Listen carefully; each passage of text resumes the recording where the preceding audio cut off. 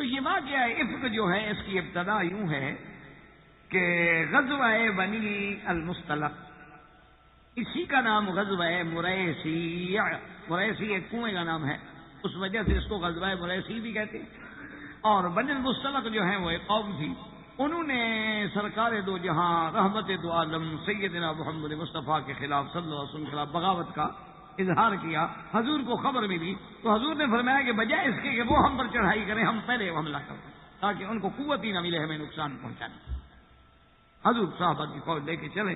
اچھا، اتفاق کی بات ہے کہ اس فوج میں عبداللہ ابن ابی منافق جو تھا وہ بھی اپنی جماعت لے کے وہ بھی ساتھ چلتا۔ اس کو پتا تھا کہ اتنی بڑی جنگ تو ہوگی نہیں، منافق تو باخبر ہوتے ہیں۔ آج کل بھی آپ دیکھ رہے ہیں کافر جتنا باخبر ہے مسلمان کیا ہے، مسلمان کا حال تو آپ دیکھ رہے ہیں جو ہے کتنے ہم غافل ہیں۔ تو بہرحال یہ تھا کہ اس کو پتا تھا کہ اتنی بڑی جنگ ہے نہیں، ایک قبیلے کی بغاوت ہے اور حضور کی بڑی طاقت ہے، حضور پاک ان کو فوراً جا کے قابو کر لیں گے تو میری یہ اعتماد بڑھ جائے گا۔ دیکھیں حضور ہم کتنے آپ کے سچے، آپ کے عاشق ہیں، ہم بھی تو ساتھ گئے تھے نا جنگ میں۔ تو عبداللہ ابن ابی بھی اپنی پارٹی لے کے چلتے۔ تو جب یہ وہاں چلے گئے تو وہ بہرحال وہ جنگ تو اتنی نہ ہوئی، اس کی تفصیل بھی آپ الحمدللہ سیرت النبی کے دروس میں سن چکے ہیں غزوات کی۔ اعلیٰ حضور صلی اللہ علیہ وسلم کو اللہ نے کامیابی عطا فرمائی۔ تو غزوات کے اندر یہ تھا کہ جب سفر میں راستے میں ضرورت ہوتی تھی تو اس دور میں اس طرح تو نہیں تھا نا جیسے آج ہم مدینہ منورہ جائیں تو ماشاءاللہ راستے میں آپ کو منزلیں ملیں گی، کبھی آپ جائیں گے تو پہلے وادی فاطمہ آ جائے گی، وادی صرف آئے گی، جموم آئے گا، قطیط آئے گا، عصفان آئے گا، یہ ساری وادیاں اور منازل اور قہوے اور پانی اور یہ اس زمانے میں تو کچھ تھا بڑا مشکل دور۔ تو قاعدہ یہ ہوتا تھا کہ بھی ایک عارضی کنواں کھود لیا جاتا تھا، پانی نکل آیا اٹھا لیا بس۔ اچھا، لوگ احتراماً اور ادباً یہ کرتے تھے کہ بھی پہلے اگر حضور پاک کے خادم آ گئے تو انہوں نے پانی بھر لیا، پہلے حضرت ابو بکر عمر عثمان اور علی کے خدام نے پانی بھر لیا، پھر سب نے بھر لیا۔ تو اتفاق ایسے ہوا ہے کہ پانی کے کنویں پر حضرت عمر کا ایک غلام تھا جن کا نام تھا جہجاہ الغفاری، اور اسی طرح دوسری طرف ایک آدمی تھا جس کا تعلق قبیلہ خزرج سے تھا، اس کا نام تھا سنان الجہنی۔ یہ دونوں پانی بھرنے پہ کٹے ہوئے۔ اتفاق کی بات ہے، انسان سفر ہے، اچھا کچھ گرمی بھی ہوتی ہے، کچھ سفر کی گرمی تھکان بھی ہوتی ہے۔ تو حضرت عمر کے خادم نے کہا کہ میں پانی بھروں گا، اسے کہا نہیں میں پانی پہلے بھروں گا۔ تو اس نے کہا بھی یہ اصول ہے ہمیشہ کہ پہلے سرکار دو عالم خلفائے راشدین یعنی ان بڑے لوگوں کا پانی بھرا جاتا ہے۔ اس نے کہا تو قبیلہ خزرج کو کیا سمجھتا ہے، میں بھی تو عبداللہ ابن ابی کے قبیلے سے ہوں، ہم بھی ہمارا بھی تو سردار بڑے ہیں۔ تو بہرحال بات بڑھ گئی۔ اچھا، اتفاق کی بات یہ ہے کہ وہ جہجا جو ہے وہ جو غصے میں آیا، وہاں ایک لکڑی پڑی تھی، اس نے لکڑی ماری تو وہ سنان کا سر جو ہے پھٹ گیا، زخمی ہو گیا۔ جب زخمی ہو گیا تو اس نے اپنے قبیلے کو پکارا یا للخزرج، اور جہجا نے کہا یا للمہاجرین، اور جناب دونوں طرف سے اللہ معاف کرے اللہ معاف کرے۔ حالات ایسے پیدا ہو گئے کہ آگ کے شعلے بھڑک اٹھتے، لیکن حضور صلی اللہ علیہ وسلم کو پتہ چل گیا، حضور پاک نے فوراً بات کو دبا۔ عبداللہ ابن ابی رئیس المنافقین تھا، وہ تو دشمن تھا نا، اس کو موقع مل گیا حضور صلی اللہ علیہ وسلم کے خلاف زہر پھیلانے کا۔ اس نے اپنے قبیلے کے لوگوں کو اکٹھا کیا، انہوں نے کہا دیکھ لیا ہے حال کہ آج مہاجر ہمیں مار رہے ہیں، جن کو ہم نے مدینے میں پناہ دی، ٹھکانہ دیا، گھر دیا، بھائی بنایا، ہم نے جناب سارا کچھ ان کی خدمت پیش کی، جس کو اللہ نے قرآن میں بیان کیا ہے۔ کہنے لگا کہ دیکھو لا تنفقوا علی من عند رسول اللہ حتی ينفضوا، حضور کے ساتھ جو صحابہ ہیں آج کے بعد وہ کچھ نہ دو، جب کچھ نہیں دو گے ان کو کھانے کو نہیں ملے گا، خود چھوڑ کے چلے جائیں گے۔ اور اس کے بعد اس نے وہ سخت لفظ بھی کہے جس کا ذکر قرآن میں موجود ہے، یقولون لئن رجعنا الى المدینہ لیخرجن الاعز منها الاذل، کہ جب انہوں نے فیصلہ کیا کہ ہم مدینے کو لوٹ جائیں گے تو جو ہم میں طاقتور ہے نا نعوذ باللہ وہ کمزور کو نکال دے گا۔ طاقتور تو ہم ہیں، ہم انصار ہیں، ہمارا گھر ہے مدینہ۔ حضور صلی اللہ علیہ وسلم کو ان تمام واقعات کے بارے میں بتلایا گیا۔ اب حضور کی حکمت ہے اور آپ کی دانائی ہے کہ آپ نے فوراً حکم دے دیا کہ بھئی کچھ کرو، چلو۔ صحابہ کہتے ہیں ہم حیران ہو گئے کہ اس وقت تو حضور نے کبھی کچھ کا حکم نہیں دیا کہ دوپہر کو حکم دیا جائے کہ چلو قافلے کو چلاؤ۔ کیوں؟ قافلے کے چلنے کی اوقات ہو، دوپہر کو تو قافلے روکے جاتے ہیں، قافلے چلائے نہیں جاتے۔ تو صحابہ کہتے ہیں ہم حیران ہیں، لیکن اب حضور کے حکم کی تعمیل تو ہونی ہے۔ اب حضور کا منشا یہ تھا کہ جب قافلہ چلے گا، حضور نے پھر رکنے ہی نہیں دیا قافلے کو، پورا ایک دن ایک رات کا چلو، تاکہ یہ تھک جائیں گے اور یہ واقعات بھول جائیں، بس اب یہ بات جو ہے دوبارہ نہ ابھرے، سفر کی تھکاوٹ۔ اور ہر قافلے میں جب آدمی چلتا ہے تو اب بیٹھو گے تو پھر تو وہ بھی آئے گا وہ بھی آئے گا، ملیں گے تو بات بڑھے گی، لیکن جب آپ قافلے میں ہیں تو ہر آدمی اپنے اپنے اونٹ، اپنی اپنی سواری، اپنے سفر میں لگ جاتا۔ اب خدا کی شان دیکھیں کہ اسی اثنا میں ایک تو یہاں یعنی منافقین نے اپنے ان واقعات کو سامنے رکھ کر صحابہ کے خلاف ایک محاذ بنایا ہوا ہے، اور اتفاق کی بات یہ ہے کہ بی بی عائشہ رضی اللہ تعالی عنہا جو ہے وہ قافلے سے بچھڑ گئے، اور بی بی عائشہ رضی اللہ تعالی عنہا اس قافلے میں ساتھ تھی، اور وہ بھی فرماتی ہیں کہ حضور پاک کی عادت مبارک تھی صلی اللہ علیہ وسلم کہ جب آپ سفر میں تشریف لے جاتے تو قرآن اندازی کرتے، قرآن ڈال دیتے۔ یہ قرآن کا معنی لاٹری نہیں ہے جیسے آج کل لوگوں نے لاٹریاں بنائی ہوئی ہیں یا سلاٹ مشینیں بنائی ہوئی ہیں یا آج کل ایک اور نمبروں کے چکر ہیں، یہ تو جوا ہے، یہ تو قمار ہے۔ قرآن اندازی کا معنی یہ ہوتا ہے کہ مثلا ہم ایک دو بھائی ہیں، جائیداد ہماری برابر برابر ہے، تو جائیداد کو تقسیم کر دیا ہم نے اور دونوں حصے ٹھیک ہیں، لیکن کبھی دل میں خیال ہوتا ہے یار اس بھائی کو اچھی ملی ہے، مجھے اچھی نہیں ملی، تو لوگ کہتے ہیں بھائی قرآن ڈال دو، زمین تو 20 ایکڑ تمہیں ملنی ہے، 20 ایکڑ اس کو ملنی ہے، اور ہم نے یہ دو دھڑے بنا دیے ہیں، یا تو آپ اس میں چن لو، اور اگر دل میں پھر بھی میل رہنے کا خدشہ ہے تو قرآن ڈال دو، جس کے نام جو پلاٹ نکلے وہ لے لو، تو ایک اطمینان ہے قلب ہے۔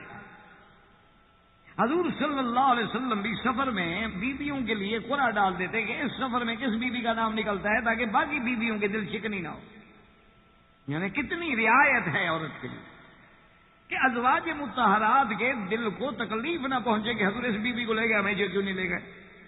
اور یہ بھی یاد رکھیں کہ حالانکہ اللہ تبارک و تعالی نے حضور صلی اللہ علیہ وسلم کو بیویوں کے درمیان میں پابندی کے لیے بھی نہیں حکم دیا ہوا تھا، جیسے کہ ہر آدمی کے لیے حکم ہے کہ عدل برابری، حضور آزاد تھا، کیونکہ پیغمبر کا مقام بہت بلند ہے، اور پھر پیغمبر کے سامنے فرائض رسالت اور نبوت ہیں، اس کے باوجود حضور عدل فرماتے ہیں، یعنی حالانکہ شرعاً پابندی نہیں لیکن پھر بھی عدل اور قرآن اندازی تک بھی۔ اور واقعہ یوں ہوا کہ بی بی عائشہ خود فرماتی ہیں، بخاری و مسلم میں روایات موجود ہیں کہ قافلے جو تھے وہ صبح بالکل عین صبح اندھیرے میں چلائے جاتے تھے، اور اس سے پہلے تمام عورتیں جو تھیں اور اسی طرح مرد بھی تو دور جا کے اپنی قضاء حاجت سے فارغ ہو جاتی تھی اور وضو کر کے تیار ہو جاتی تھی، کیونکہ آگے نماز بھی پڑھنی ہے اور قافلے نے بھی چلنا ہے، اور پھر تو قافلہ رکے گا تو پھر آدمی اپنی ضرورت پوری کر سکے گا۔ تو بی بی فرماتی ہے میں بھی کافی دور چلی گئی اپنی قضاء حاجت کے لیے، اور طریقہ یہ تھا کہ ایک ہودج ہوتا تھا، ہودج کا معنی ایسے جیسے پال کی نما، اوپر بھی پردہ لگا ہوا ہوتا تھا اور وہ اونٹ پہ رکھ دیا جاتا اور اس کو باندھ دیا جاتا تھا، اس میں خواتین سفر کرتی تھی تاکہ پردہ بھی قائم رہے، اس کو عربی میں ہودج کہتے ہیں، ہمارے ہاں اس کو ایسے سمجھ لیں کہ جیسے ہمارے یہاں راجکماریاں اپنے لیے بناتی ہیں، اونٹوں پہ پالکیاں سجاتی ہیں اور ان میں بیٹھتی ہیں، باقاعدہ ان کی دریاں بنی ہوتی ہیں، پردہ کھینچ دیں نہ کھینچیں، جھروکے سے دیکھیں، تو یہ ساری چیزیں آج تک بھی یہ رواج باقی۔ تو بی بی صاحبہ فرماتی ہے کہ جب میں اپنے اس ضرورت سے لوٹی تو میرے گلے میں ایک ہار تھا جو میں نے بی بی اسما سے لیا تھا، آریتن، وہ اتفاق سے گر گیا، تو میں تلاش کے لیے پھر اسی راستے پہ واپس گئی کہ راستے میں گرا ہے، لیکن اتفاق یہ ہے کہ مجھے ہار بھی نہ ملا اور دیر بھی ہو گئی، اور اتنی دیر میں حضور نے حکم دے دیا کہ قافلہ چلے۔ اور بی بی عائشہ فرماتی ہے کہ ایک تو اتفاق یہ ہے کہ میں ویسے بھی کم سن لڑکی تھی، اور دوسری بات یہ ہے کہ ہم لوگوں کو ملتا کیا تھا 2 دانے یا 1 دانہ کھجور کا، اسی پہ گزارا تھا، لہذا کوئی بدن یا میں کوئی ایسی سمین موٹی عورت بھی نہیں تھی، تو میرا وزن انہوں نے محسوس ہی نہیں کیا، اور صحابہ نے اٹھایا اونٹ میں رکھا اور قافلہ چل پڑا، انہوں نے سمجھا بی بی عائشہ اندر بیٹھی، اٹھانے والوں کو اب یہ تو تصور ہی نہیں، اچھا نہ انہوں نے پوچھنا ہے نہ بولنا ہے، آگے ازواج مطہرات ہیں، اونٹ بٹھایا اور اس کے بعد انہوں نے پکڑا ہودج کو، اوپر رکھا ہودج کو کسا، اور حضور پاک تو قیادت کر رہے ہیں نا قافلے کی۔ تو بی بی صاحبہ فرماتی ہے کہ جب میں واپس آئی فلم اجد احدن، وہاں تو کوئی بندہ ہی نہیں، قافلہ چلا گیا۔ پہلے تو میں نے یہ سوچا کہ میں جوان لڑکی ہوں، اگر میں ہمت کروں اور دوڑ لگاؤں. پھر میں نے کہا کہ نہیں، یہ صحرا ہے، اگر خدا نخواستہ میں کہیں بھٹک گئی تو پھر قافلے کے ملنے کا کوئی امکان ہی نہیں رہے گا. اس کا سب سے بہتر حل یہ ہے کہ میں اسی جگہ بیٹھی ہوں، میں اس مقام سے نہیں لوں. کم از کم چلو جس وقت جا کے یا تو راستے میں حضور پاک کی عادت مبارک ہے، کبھی سواری قریب کر کے بات کر لیتے تھے. حضور بات کریں گے، بات نہیں ہوگی تو اندازہ ہو جائے گا، قافلہ رک جائے گا. یا کم از کم جب قافلہ اتاریں گے اس وقت تو رات آخر کھلے گا نا. کہ عائشہ تو ہے نہیں. تو بی فرماتی ہے کہ میں نے کپڑا لیا، کپڑا لے کے اور سو گئی. میں نے کہا اب کیا کر سکتی ہوں، یا تو قافلہ لازماً لوٹے گا، کوئی لازماً آئے گا. اور ایک صحابی تھے، ان کا نام تھا صفوان المعطل السلمی. حضرت صفوان ابن المعطل السلمی ایک صحابی ہیں حضور صلی اللہ علیہ وسلم. اس میں دو واقعات لکھے ہیں علماء اور محدثین. ایک نے تو یہ لکھا ہے کہ حضرت صفوان کو سونے کی بڑی عادت، نیند بہت آتی، بس یوں ہی سر رکھا سو. بعض لوگ ہوتے ہیں نا کہ نیند ان کو غالب ہو، سو جاتے. اور اس لیے وہ کبھی کبھی ایسا بھی ہوتا کہ جو فجر کی نماز پڑھ کے فارغ ہوتے ہیں وہی سو جاتے. تو کہتے ہیں کہ وہ جب اٹھے تو قافلہ چلا گیا، وہ بھی لیٹ ہو گئے. ایک وجہ تو بعد میں علماء نے یہ لکھی ہے کہ کانا کثیر النوم، کہ ان کو نیند کی عادت تھی بہت. اور یہ بہت سارے لوگوں میں ہوتی ہے، بعد میں سوتے رہتے. وہ ہمارے ہاں ایک لطیفہ ہے نا جی، کہ ہمارے ایک اسٹیشن آتا ہے ہمارے ہاں، روڑی کہلاتا ہے، سکھر کے قریب. وہ بہت بڑا ریلوے کا بہت بڑا جنکشن ہے. تمام گاڑیاں وہاں رکتی ہیں اور وہیں وہ انجن تبدیل کرتے ہیں، پتہ نہیں کیا کیا کرتے ہیں. بہرحال ریلوے کا ایک بہت بڑا وہ جنکشن. وہاں ایک آدمی جو ہے جو لاہور جا رہا تھا. اچھا، وہاں آ کے بوگیاں بھی تبدیل ہوتی ہیں. بعض بوگیاں ایسی ہوتی ہیں جو صرف روڑی تک آتی ہیں، آگے پھر اور بوگیاں لگ جاتی ہیں. تو وہ جو لاہور جا رہا تھا آدمی، جب گاڑی جو ہے وہ روڑی اسٹیشن پہ پہنچی، اب اصولی بات ہے کہ لاہور ادھر ہے، یوں سمجھ لیں، اور کراچی ادھر ہے. اچھا، وہ اترا، اس نے کہا کہ یہاں تو گاڑی کم از کم پونا گھنٹہ کھڑی ہوگی، تو میں کو ناشتہ واشتہ کر. وہ نیچے چلا گیا، ہاتھ منہ دھویا، شاید نماز پڑھی ہے، جو کچھ کیا، اور ہوٹل پہ جا کے ناشتہ کیا. ناشتہ واشتہ کر کے واپس آیا، ڈبہ کھڑا ہے، وہ ڈبے میں جا کے اپنی سیٹ پہ اوپر لیٹے. اب جناب اس شریف آدمی کو بتانے لگا کہ تو بوگی تبدیل ہو گئی ہے. خیر بہرحال گاڑی جب چل پڑی تو چلتے چلتے چلتے چلتے جب صبح کا وقت قریب آیا تو آنکھیں ملیں اٹھے، اور نیچے والے بھی جاگ گئے، اوپر والے بھی جاگ گئے. تو اب ایک دوسرے سے پوچھا، انہوں نے کہا کہ آپ کہاں جا رہے ہیں؟ اس نے کہا میں لاہور جا رہا ہوں. انہوں نے کہا بے وقوف، یہ گاڑی تو کراچی جا رہی ہے، تو تم کیسے لاہور جا رہے ہیں؟ انہوں نے کہا میں لاہور جا رہا ہوں، تمہاری مرضی. یعنی اوپر سے سیٹ والا لاہور جا رہا ہے، نیچے والے کراچی جا رہے ہیں. تو یہ اصل وجہ کیا تھی؟ وہ نیند کا لطیفہ، کہ وہ اس بوگی کے بیٹھنے کے بجائے دوسری میں حضرت صاحب بیٹھ گئے، پتہ ہی نہیں لگا کہ میں کہاں چلا گیا. تو بہرحال بعض علماء کہتے ہیں کہ صفوان المعطل کا السلمی کا پیچھے رہ جانا جو ہے اس کا سبب نیند. اور بعض علماء فرماتے ہیں کہ نہیں، کوئی نیند سبب نہیں تھی.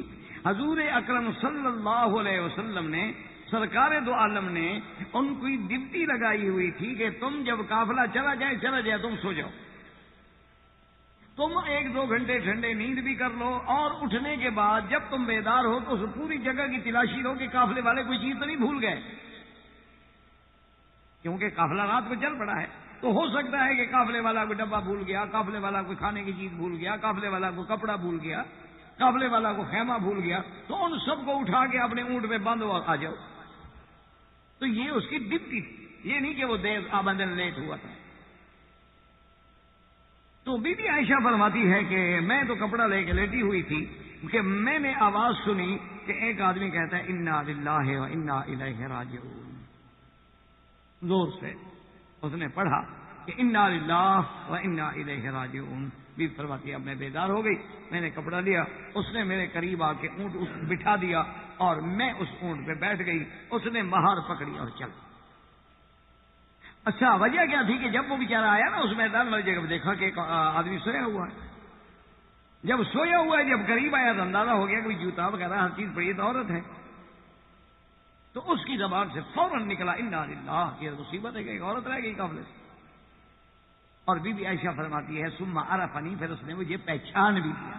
کیونکہ آیت حجاب سے پہلے وہ مجھے دیکھا بھی کرتا تھا. اور کہتی ہے واللہ خدا کی قسم ہے اس بندے پر کہ ماں کلمنی، اس نے میرے ساتھ بات ہی نہیں کی، ماں سوا ان للہ، میرے ساتھ اس نے کلمہ تو کلمہ بات بھی نہیں کی. یہ بھی نہیں پوچھا کیوں رہ گئی، یہ نہیں پوچھا کہ کیا ہو گیا. اس نے کہا بس اس نے صرف یہ کیا کہ میرے سامنے آ کے اپنا اونٹ بٹھا دیا اور آپ ہٹ کے کھڑا ہو گیا تاکہ میں آسانی سے اونٹ پہ سوار ہو جاؤں. اور میں جب اونٹ پہ سوار ہو گئی تو میں نے بھی کوئی بات نہیں کی. اس نے مہار پکڑی، مہار کندھے پہ رکھی اور مجھے لے کے چل پڑا، اور چلتے اور چلتے اور چلتے. اچھا، اور خدا کی شان ہے کہ راستے میں قافلے میں یہ راز نہیں کھلا اور نہ حضور نے بات کی. اللہ کی شان. اللہ جب قافلہ دوپہر کو جا کے ٹھہرا اور گرمی کی شدت کی وجہ سے قافلہ رک گیا تو اب جناب پتہ لگا کہ بی بی صاحبہ تو ہودج میں ہے ہی نہیں. تو اب تو سب حیران ہو گئے. ابو بکر ساتھ ہیں، صحابہ ساتھ ہیں، انا للہ و انا الیہ راجعون، کہ اتنا بڑا حادثہ، اتنا بڑا عظیم حادثہ ہو گیا کہ سیدہ عائشہ رضی اللہ تعالی عنہ مفقودہ ہیں، غائب ہیں. ابھی وہ سوچ رہے تھے کہ بھئی کوئی واقعہ ہو گیا، کوئی حادثہ ہو گیا، کوئی بات ہو گئی، ہمیں فوراً واپس آدمی بھیجنے چاہیے اسی جگہ پر قافلے تک. ابھی وہ یہ باتیں سوچ رہے ہیں کہ تھوڑی دیر گزری کہ دور سے ایک سوار آتا ہوا نظر آیا. تو اب سب کو پریشانی تھی، ہلچل ہو رہی تھی نا کہ کیا ہوا کیا ہوا کیا ہوا، کہ حتیٰ کہ صفوان آ گئے اور انہوں نے آ کے اونٹنی بٹھائی اور بی بی صاحبہ اتر کے اپنے خیمے میں چلی گئی اور بات ختم ہو گئی. اور سب نے شکر کیا کہ الحمدللہ ثم الحمدللہ. کیوں، وہ اتنی دیر بھی تو نہیں گزری تھی نا. مثلا قافلہ چل پڑا 4 بجے اور صفوان نے دیکھا 5 بجے، 1 گھنٹے کا فاصلہ تھا تو 1 گھنٹے کے فاصلے کے بعد وہ بھی پہنچ گئے.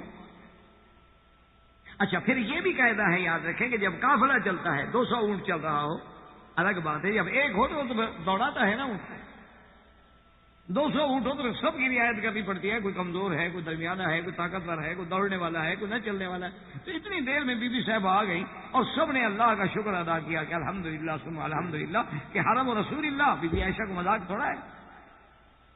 لیکن وہ عبداللہ ابن ابی جس کی بات آپ پہلے سن چکے ہیں غزوے میں، جو اتنی حد سے بڑھ گیا تھا کہ اس کا جملہ آج بھی کتابوں میں موجود ہے کہ اس نے اپنے ساتھیوں سے کہا کہ ہم عربوں کی ایک مثال ہے کہ سمن کلبک یاکلک، کہ اپنے کتے کو اچھی طرح مکھن کھلاؤ، یہی تمہیں کاٹے گا کھائے گا. یعنی عربوں میں ایک محاورہ ہے. نعوذ باللہ اس نے یہ صحابہ کے بارے میں کہا کیونکہ کافر ہے، منافق ہے. صحابہ کو گالی دینے والا کوئی مسلمان تو ہو ہی نہیں سکتا. کوئی تصور ہے کہ ایک مسلمان ہو کلمہ پڑھے اور حضور کے صحابہ کو گالی دیتا ہو؟ کیونکہ وہ رئیس المنافقین تھا تو اتنے بڑے سخت لفظ کہنے والا. اس کو جب خبر ملی کہ اس طرح بی عائشہ پیچھے رہ گئی اور صفوان المعطل السلمی جو ہے وہ ان کو لے کے آ گیا ہے، تو اب جناب اس کو تو موقع مل گیا. وہ فوراً کھڑا ہو گیا، کہنے لگا ہاں واللہ ما نجا ما نجا ما نجت ولا نجا میں. کہنے لگا یہ ہو ہی نہیں سکتا کہ بی عائشہ بچ گئی ہوں یا نوجوان بندہ بچ گیا. یہ سازش ہے. ایک ایسی بات ہے کہ ایک بیوی پیچھے رہ جائے. یہ کیسے ہو سکتا ہے کہ عائشہ پیچھے رہ جائے؟ یہ کیسے ہو سکتا ہے کہ ہودج اٹھانے والوں کو پتہ بھی نہ چلے کہ بی عائشہ اندر ہے یا نہیں ہے؟ اور دیکھو جی کمال دیکھو کہ پھر اتنی جرت دیکھو کہ بھئی وہ ایک نوجوان لڑکی پیچھے رہ گئی ہے، نوجوان آدمی ہے، اکیلے ہیں، اب پھر اس کو لے کے آ بھی گیا ہے. تو اس ظالم نے، اس بدبخت نے سرکار دو جہاں رحمت دو عالم کے عزت و حرمت کے خلاف اس فتنے کو ایسی آبادی. حالانکہ دیکھیں اگر انسان تھوڑا سا بھی عقل استعمال کرے، ایمان سے کہیں کہ کیا کوئی آدمی ایسی بات سوچ سکتا ہے؟ نہیں، آپ اس میں نہ جائیں کہ وہ نبی کی بیوی ہے وہ صاحب، یعنی کوئی ایک اگر عام انسان بھی ہو تو کیا وہ اسی طرح گناہ کرے گا پھر اس کو لے کر یعنی سارے قافلے کے سامنے آ جائے گا کہ میں لے آیا ہوں؟ وہ تو اپنے گناہ پہ پردہ ڈالنے کے لیے ہزار ہیرے بہانے بنائے گا. وہ ساتھ لے کے آئے کیوں؟ خود بخود ڈھونڈیں گے وہ تو خالی آ جائے. یہی تو اس کی صداقت و عفت کی دلیل تھی کہ جو بات ہے حقیقت ہے سب کے سامنے، کوئی بات چھپائی نہیں. لیکن جناب اس نے اس انداز میں اس بات کو اچھالا کہ خدا کی قدرت یہ ہے کہ بعد صحیح معنی میں جو صحابہ تھے، منافق کو تو چھوڑے نا، وہ تو تھے ہی کافر، وہ تو ویسے دشمن تھے اسلام کے بھی، صحابہ کے بھی، حضور کے بھی، بی عائشہ کے. لیکن بعض صحابہ جو صحیح معنی میں مومن صحابہ ہیں، جیسے حضرت حسان جیسا آدمی جو شاعر رسول اللہ، اور حضرت مصطح جیسا آدمی جو بدری صحابی ہے، اور بی بی حمنہ رضی اللہ تعالی عنہا جو بی بی زینب کی بہن ہے. حمنہ بنت جہش جو ہیں یہ بی بی زینب بنت جہش کی بہن ہے، اور بی بی زینب حضور کی بیوی ہے. اللہ کی شان یہ ہے کہ یہ لوگ بھی اس سازش کا شکار ہو گئے، اور انہوں نے بھی بی بی عائشہ کے خلاف جو عبداللہ ابن ابی نے باتیں کی تھی ان نے بھی کہنی شروع کر. اب بات پھیلتی گئی پھیلتی گئی پھیلتی گئی. اچھا، بی بی عائشہ فرماتی ہے خدا کی شان ہے کہ مجھے کسی بات کا پتہ نہیں. یہ تو بی بی صاحبہ بعد میں واقعہ بیان کر رہی ہے نا، جو امام بخاری اور امام مسلم رحمۃ اللہ علیہ نے اپنی صحیح بخاری اور صحیح مسلم میں اس واقعے کو نقل فرمایا ہے. لیکن اس وقت بی بی کہتی ہیں چونکہ میرے سامنے تو کوئی بات نہیں ہوتی نا، بی بی عائشہ کے سامنے آگے تو کوئی کچھ نہیں کہتا.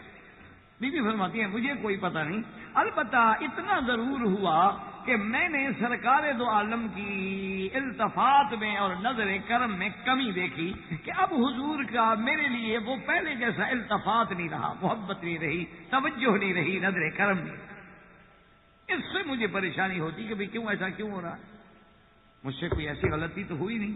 اچھا، ادھر تو خیال ہی نہیں جا رہا نا بی بی کا.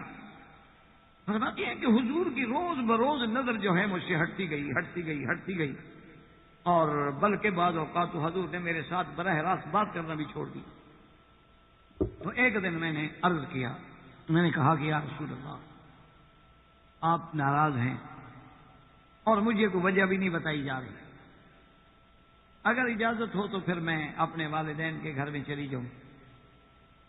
تو بی بی صاحبہ فرماتی ہے کہ میں نے سوچا کہ جب ماں کے گھر میں جاؤں گی تو آخر ماں ہے، وہ میرا سہارا بنے گی، مجھے ساتھ دے گی، اس کے سامنے پوچھوں گی کہ پتہ لگے حضور پاک کی بے توجہی کا وجہ کیا ہے. تو میری والدہ سمجھدار ہیں، کوئی نہ کوئی بات نکل آئے گی. تو کہتی ہیں کہ میں اپنے والدہ کے گھر میں آ گئی. تو اس دور میں بی بی صاحبہ فرماتی ہے کہ مدینہ منورہ میں ابھی انتظامات نہیں ہوئے تھے کہ حمامات اور بیت الخلاء اور یہ بنائے جائیں. اس وقت بھی رواج یہی تھا کہ رات کو چند عورتیں مل کے دور چلی جاتی تھی پہاڑوں میں اور اپنی قضاء حاجت سے فارغ ہو کے واپس آ جاتی تھی. کہتی ہے اسی طرح ایک دفعہ میں جا رہی ہوں اور عورتیں بھی ہیں اور میرے ساتھ مفتح جو ہے ان کی والدہ بھی ہیں، اور ہم قضاء حاجت کے لیے مدینہ منورہ کے شہر سے دور دور جا رہے ہیں، اور ابھی راستے میں ہیں کہ بی بی ام مصطح کو پاؤں میں کپڑا جو اٹکا تھا تو بی بی گری، پاؤں میں کپڑا پھنس گیا. بی بی صاحبہ جو گری نے تو بے ساختگی سے کہا کہ ایسا مصطح، کہ مصطح ہلاک. غصے میں کہا کہ ایسا مصطح برباد ہو گیا. تو بی بی عائشہ فرماتی ہے مجھے جوش آ گیا. میں نے کہا یا ام مصطح ما تقولین انہ من اصحاب بدر، کہ مصطح کی ماں کیا کہہ رہی ہو؟ تیرا بیٹا مصطح جو ہے وہ تو بدری صحابی ہے، اصحاب بدر میں سے ہے، جن کے بارے میں اللہ نے فرمایا کہ جو کرے میں نے ان کے گناہ معاف کر دیے ہیں. تم ایسے شان والے صحابی کو کہہ رہی ہو کہ ہلاک ہو اور برباد ہو، کیا کہہ رہی؟ تو بی بی عائشہ فرماتی ہیں کہ مصطح کی ماں حیران ہو کے کھڑی ہو گئی. تو اس نے کہا عائشہ تمہیں پتہ ہی نہیں. میں نے کہا کس بات کا؟ اس نے کہا اللہ کی بندی تمہارے خلاف یہ ہو گیا یہ ہو گیا یہ ہو گیا. اس طرح عبداللہ ابن ابی نے تہمت لگا دی، اس واقعے کو اتنا اچھالا گیا ہے، اور یہ میرا بیٹا جو ہے یہ بھی ان کے ساتھ ملا ہوا ہے، یہ بھی تیرے خلاف باتیں کر رہا ہے. تو میں کیسے بد دعا نہ کروں؟ چاہے میں ماں ہوں لیکن میں عائشہ کے خلاف تو بیٹے کی بات نہیں برداشت کر سکتی. تو میں بد دعا نہ دوں تو کیا کروں؟ یہ میرا بیٹا بھی ان کے ساتھ شریک ہوا ہے. تو بی بی عائشہ کہتی ہیں کہ اب میں نے بات جب سنی اور سارے حقائق میرے سامنے کھلے تو بی بی فرماتی ہیں کہ واللہ اب مجھے تو یہ بھی یاد نہیں رہا کہ ہم کیوں جا رہے تھے، کہاں جا رہے تھے، کیسے جا رہے تھے. اسی بے ہوشی کے عالم میں میں سیدھا اپنے گھر آئی اور آتے ہوئے بستر پہ گر گئی اور مجھے شدید بخار. میری ماں نے مجھے آ کے تسلی دی. اس نے کہا عائشہ صبر کرو، تمہاری جیسی بیوی ہو، محمد پاک جیسا شوہر ہو تو دشمن ایسی باتیں کرتے. جب اللہ نے ایسے شان والی بیوی دی ہو، ایسا شان والا جب ایسی پیاری جوڑی ہو تو دشمن تو توڑنے کے لیے کوشش کرتے ہیں. صبر کرو. پر بی بی عائشہ کہتی ہے مجھ سے صبر کیسے ہو؟ اور حضور صلی اللہ علیہ وسلم میرے والدین کے گھر میں بھی تشریف لے آتے تو میرا نام نہ لیتے، صرف یوں فرما دے کئی فتیکم، اس کا کیا حال ہے؟ تو بی بی فرماتی ہے کہ میں تو پھر اور زیادہ اس صدمے کا شکار ہو جاتا. تو سیدہ عائشہ صدیقہ بنت صدیق المبرأۃ من السماء رضی اللہ تعالی عنہا کی عظمت کا اندازہ لگائیں کہ سورۃ نور میں اللہ نے یہ سارا واقعہ نقل کیا ہے. زندگی باقی تو بات باقی انشاءاللہ. احباب کرام، برادران اسلام، واجب الاحترام بزرگوں، دوستوں، بھائیوں، عزیز نوجوانوں، دروس مرأة مسلمہ، مسلمان عورت اور اس کا مقام کے ضمن میں ہم نے ان خواتین محترمات کا ذکر کر رہے ہیں، پڑھ رہے ہیں، سن رہے ہیں کہ جن کا ذکر اللہ نے قرآن میں کیا. اور اس سے بڑی عظمت کی دلیل کیا ہو سکتی ہے کہ جس کا اللہ اپنے کلام میں ذکر کریں اور وہ قیامت تک قائم رہے. اسی ضمن میں سیدہ عائشہ صدیقہ بنت صدیق رضی اللہ تعالی عنہا المبرأۃ من السماء کے بارے میں واقعہ تھا، اور اس کا پس منظر جو ہے وہ آپ تقریباً درس سابق میں بھی اور اس سے پہلے سیرت النبی صلی اللہ علیہ وسلم کے ضمن میں بھی سن چکے ہیں کہ غزوہ مریسی یا غزوہ بنی المصطلق ایک ہی غزوہ ہے، اسی کے دو نام. اس پہ جب جھگڑا ہوا اور عبداللہ ابن ابی نے اپنی دشمنی اور اپنے دل کا بغض، نفاق جو تھا وہ نکالا اور مسلمانوں کے خلاف، مہاجرین کے خلاف، اصحاب رسول کے خلاف بہت بڑی سازش کی اور اپنی جماعت کو اور لوگوں کو ابھارا کہ جب مدینے جائیں تو ان کی مدد بند کر دیں. تو انہی احوال میں اتفاق کی بات یہ تھی کہ اسی واقعات کے بعد سیدہ عائشہ صدیقہ رضی اللہ تعالی عنہا ایک سفر میں پیچھے رہے. حضور صلی اللہ علیہ وسلم نے صفوان المعطل السلمی، ایک صحابی ہیں جن کی ذمہ داری تھی کہ وہ قافلے کے چلنے کے بعد چلیں تاکہ اس جگہ کی تلاش کر لیں، کوئی آدھی چیز بھول جائے تو لے آئیں. تو صفوان المعطل السلمی جو تھے وہ بی عائشہ کو لے کے قافلے میں پہنچے، اور یہ ایک دشمن کے لیے عظیم فرصت کا موقع تھا کہ عبداللہ ابن ابی نے فوراً سیدہ عائشہ رضی اللہ تعالی عنہا کے خلاف طوفان بدتمیزی برپا کیا اور آپ پہ تہمت لگائی. کیونکہ عبداللہ ابن ابی نے اس سازش سے، یہ ایک بہت بڑی اور بڑی گہری سازش تھی. ایک تو وہ اس سے سب سے بڑا انتقام جو ہے سیدنا ابو بکر رضی اللہ تعالی عنہ اور اس کے گھرانے سے لینا چاہا، اور دوسرا اس سے بڑی بات یہ ہے کہ صدیق و سرکار کے درمیان میں تباغض پیدا ہو جائے، اور تیسری یہ بات یہ ہے کہ وہ اپنی جماعت کو، ان کے ذہنوں کو یعنی نعوذ باللہ سیراب کرنے کے لیے کہ دیکھو میں نے نہیں کہا تھا کہ تم نے مہاجروں کی خدمت کی حتیٰ کہ وہ یہاں تک پہنچ گئے. دیکھو آج یہ انجام ہے کہ اللہ کے نبی کی بیوی ہے اور نعوذ باللہ غلطی کرتی ہے اور فکر ہی کوئی نہیں، بات ہی کوئی نہیں. تو اس نے، ظالم نے ایک تیر میں کئی شکار کرنا ہے. اور سیدہ عائشہ رضی اللہ تعالیٰ عنہ، خدا کی شان یہ ہے کہ ان کو پتہ ہی نہیں کہ میرے خلاف کیا ہو رہا، کیونکہ سیدہ عائشہ صدیقہ رضی اللہ تعالی عنہا فرماتی ہیں کہ مجھے تو صرف سرکار دو عالم کی بے رخی سے احساس ہوا کہ کوئی بات تو ضرور ہے کہ اگر سرکار دو عالم کا وہ نظر کرم، وہ التفات، وہ شفقت، وہ محبت، وہ توجہ وہ نہیں رہا. ورنہ عائشہ تو ان لوگوں میں ہے نا کہ جس کو خوش کرنے کے لیے حضور صلی اللہ علیہ وسلم اس کی ہر بات کا لحاظ فرماتے تھے. حتیٰ کہ یعنی آپ اندازہ کریں گے اس سے بڑی ناز برداری کیا ہو سکتی ہے کہ ایک دفعہ حضور صلی اللہ علیہ وسلم سے بی بی عائشہ نے کہا کہ یا رسول اللہ آپ دوڑنے میں میرا مقابلہ کریں گے. آج کل تو بزرگ اور علماء اور جو تھوڑے سے پیر فقیر بن جائیں اس کو توہین سمجھتے ہیں. سنت رسول ہے کہ آدمی اپنی بیوی کے ساتھ بار جائے، ان سے کھیلے. تو حضور نے فرمایا کہ ہاں. تو اب حضور صرف بی بی عائشہ کو خوش کرنے کے لیے یعنی اندازہ کریں اس کے مقام کا کہ اس کی ناز برداری کا یہ عالم ہے کہ اللہ کا نبی دوڑ رہا ہے، مقابلہ کر رہا ہے دوڑنے میں. اور اتفاق یہ ہے کہ وہ بی بی عائشہ دوڑ گئی کیونکہ وہ نوجوان تھی. حضور صلی اللہ علیہ وسلم پیچھے رہ گئے. تو بی بی عائشہ بہت خوش ہوئی کہ دیکھیں میں نے آپ کو شکست دے دی. حضور نے فرمایا ہاں بات تو ٹھیک ہے، تم جیت گئی. کچھ دنوں کے بعد پھر حضور نے فرمایا کہ اچھا عائشہ پھر دوڑو گی؟ انہوں نے کہا کہ ہاں یا رسول اللہ. اب حضور دوڑ گئے، بی بی عائشہ شکست کھا گئی. تو حضور نے فرمایا کہ تل کا بھی تل کا، دیکھو اس وقت تم نے ہمیں شکست دی تھی، آج ہم نے بھی آپ کو شکست دی. تو یہ وہ مقام ہے عائشہ. یعنی آپ اندازہ کریں یہ کوئی معمولی بات نہیں، اللہ کا نبی دوڑ رہا ہو. آپ ذرا کل اپنے امام مسجد سے کہیں آپ کے ساتھ ذرا دوڑ لگا لیں.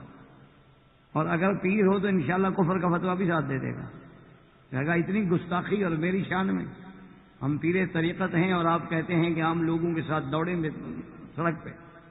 یہ اللہ کا پیغمبر ہے اور اس میں ہدایات ہیں، تعلیم ہے کہ بیوی جو ہے بیوی ہے، عورت کا ایک مقام ہے، اس کو راحت پہنچاؤ، خوشی پہنچاؤ، اس کے ساتھ باہر جاؤ۔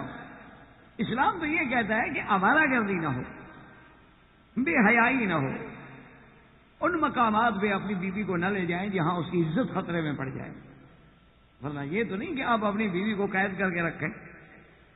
تو یہ سیدہ عائشہ رضی اللہ تعالی عنہ فرماتی ہیں کہ ایک دفعہ حضور صلی اللہ علیہ وسلم نے مجھے کہا کہ عائشہ، آج مسجد نبی کے قریب جو ہیں کچھ حبشے کے لوگ جو ہیں وہ تیر اندازی کر رہے ہیں بچے، تم ان کی تیر اندازی اور ان کا مقابلہ دیکھنا چاہتی ہو؟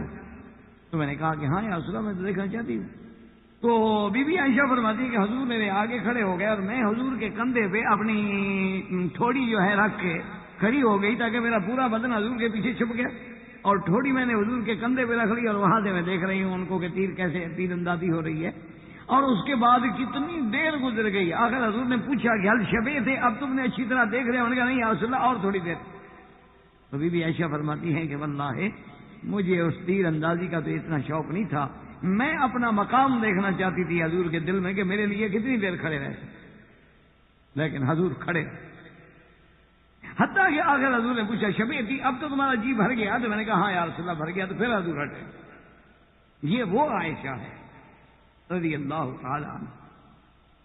اسی لیے سیدہ عائشہ رضی اللہ تعالی عنہ فرماتی تھی کہ اللہ نے مجھے ان خصوصیات سے نوازا ہے جو کسی بیوی کو نہیں ملے۔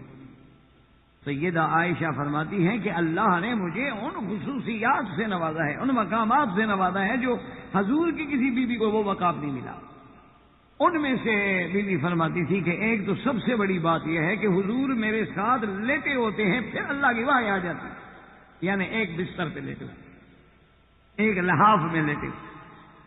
اور حضور صلی اللہ علیہ وسلم کا آخری مقام اور آخری دن جو گزرے ہیں تو گھر بھی میرا تھا، نوبہ بھی میرا تھا، اور بوقت وفات مبارک سینہ بھی میرا تھا، حضور کا سر مبارک جو ہے میرے سینے پہ رکھا ہوا، یعنی یہ مقام کسی کو مل سکتا ہے۔ اور آخری چیز جو حضور کے اندر گئی ہے وہ بی بی عائشہ کا لعاب ہے۔ بی بی عائشہ فرماتی ہیں کہ میرے بھائی سرکار دو جہاں کی عیادت کے لیے تشریف لائے تو ان کے ہاتھ میں مسواک تھا، تو حضور پاک نے بڑی شوق کی نظروں سے مسواک کی طرف دیکھا۔ تو بی بی عائشہ جو ہیں وہ تو مزاج شناس مصطفیٰ ہیں صلی اللہ علیہ وسلم، فرماتی ہیں کہ مجھے فوراً بات کا خیال آ گیا۔ میں نے کہا کہ ہاں معلوم ہوتا ہے کہ حضور صلی اللہ علیہ وسلم کو مسواک کی تمنا ہے، تو میں نے جلدی سے بھائی سے مسواک لیا، بالکل تازہ مسواک تھا، اور میں نے حضور کی خدمت میں پیش کیا۔ میں نے کہا یا رسول اللہ آپ مسواک چاہتے ہیں؟ میں نے کہا، حضور نے فرمایا کہ ہاں مجھے مسواک کی تمنا ہے۔ اور اس کے بعد حضور نے فرمایا کہ عائشہ ایسا کرو کہ اس مسواک کو اپنے منہ میں نرم کر کے مجھے دے دو، اب میں اس کو نرم نہیں کرتا کیونکہ کمزوری ہے، وفات کا وقت ہے۔ تو بی بی عائشہ فرماتی ہیں یہ بھی میری خصوصیت ہے کہ میں نے اپنے منہ میں اس کو چبایا چبایا چبایا اچھی طرح نرم کر کے حضور کو دیا، حضور نے استعمال کیا۔ تو آخری چیز تو وہ رہی کہ عائشہ ہے جو حضور کے اندر جا رہی، یہ مقام جو ہے یہ سیدہ عائشہ کا مقام۔ اسی طرح سیدہ عائشہ فرماتی ہیں کہ اور حضور نے کسی بھی کنواری لڑکی سے شادی نہیں کی سوائے میرے، یہ مقام بھی اللہ نے مجھے دیا۔ تو اتنے بڑی شان والی بیوی ہو اور اتنا بڑا اتہام، اتنا بڑا بہتان، اتنی بڑی تہمت کہ جس سے پورا مدینہ ہل گیا، تو معمولی بات تو نہیں ہے نا۔ عزت رسول ہے، حرم رسول ہے، عصمت رسول ہے، اور امہات المؤمنین ہے، اور بنت صدیق ہے، اور خود بھی صدیقہ ہے، پورا مدینہ ہل گیا، اتنی بڑی بات ہو گئی۔ بی بی عائشہ فرماتی ہیں کہ میں نے کہا یا رسول اللہ اب مجھے اجازت دے دیں کہ میں اپنے والدین کے گھر میں جاؤں۔ اس نے فرمایا۔ اس کے بعد وہ واقعہ پیش آیا کہ بی بی صاحبہ جب باہر نکلی تو حضرت مصطح کی امی نے جب ان کا پاؤں اپنی چادر میں پھنسا اور گری تو کہا تائسا مصطح، کہ اللہ مصطح کو ہلاک کرے۔ تو بی بی عائشہ کھڑی ہو گئی، نے کہا ماذا تقولین یا اماں، اے اماں تم کیا کہہ رہی ہو؟ مصطح تو صحابی ہے اور بدری صحابی ہے، اور صحابی کے شان میں یہ بات کہہ رہی ہے۔ اسی سے اندازہ کریں کہ صحابہ کا اتنا بڑا مقام ہے کہ ماں بھی ان کے حق میں کوئی غلط کلمہ نہیں کہہ سکتی، چاہے جائے کہ عام لوگ کہیں۔ تو بی بی مستہ کی اماں جو تھی وہ حیران ہو کے کھڑی ہو گئی. انہوں نے کہا عائشہ اس کا مطلب ہے تمہیں خبر نہیں؟ میں نے کہا کس بات کی؟ اس نے کہا اللہ کی بندی سارے مدینے میں شور ہے, عبداللہ ابن ابی نے اتنی بڑی بات کی تو سارا واقعہ دہرایا کہ اس طرح تہمت لگائی گئی اور میرا بیٹا بھی ان کے ساتھ ہے, تو ان کے لیے بد دعا نہ کروں تو کیا کروں؟ اللہ کی شان دیکھیں کہ طوفان جب کھڑا ہوتا ہے نا جی تو اس میں جو گیلی لکڑیاں ہیں نا کبھی کبھی وہ بھی جل جاتے. تو اس لیے اس واقعے میں ایک تو حضرت مستہ بھی شریک ہو گئے اور حضرت حسان ابن ثابت جو شاعر رسول اللہ, حضرت حسان حضور کے شاعر ہیں جنہوں نے ساری زندگی مدح کی ہے محمد رسول اللہ, وہ بھی اس فتنے کا شکار ہو گئے اور تہمت لگانے والوں کے ساتھ ہو. اور اسی طرح بی بی حمنہ بنت جہش, یہ بی بی صاحبہ جو ہیں بی بی حمنہ بنت جہش, یہ بی بی زینب بنت جہش کی بہن ہے. زینب بنت جہش جو ہیں وہ بیوی ہے محمد رسول اللہ صلی اللہ علیہ وسلم.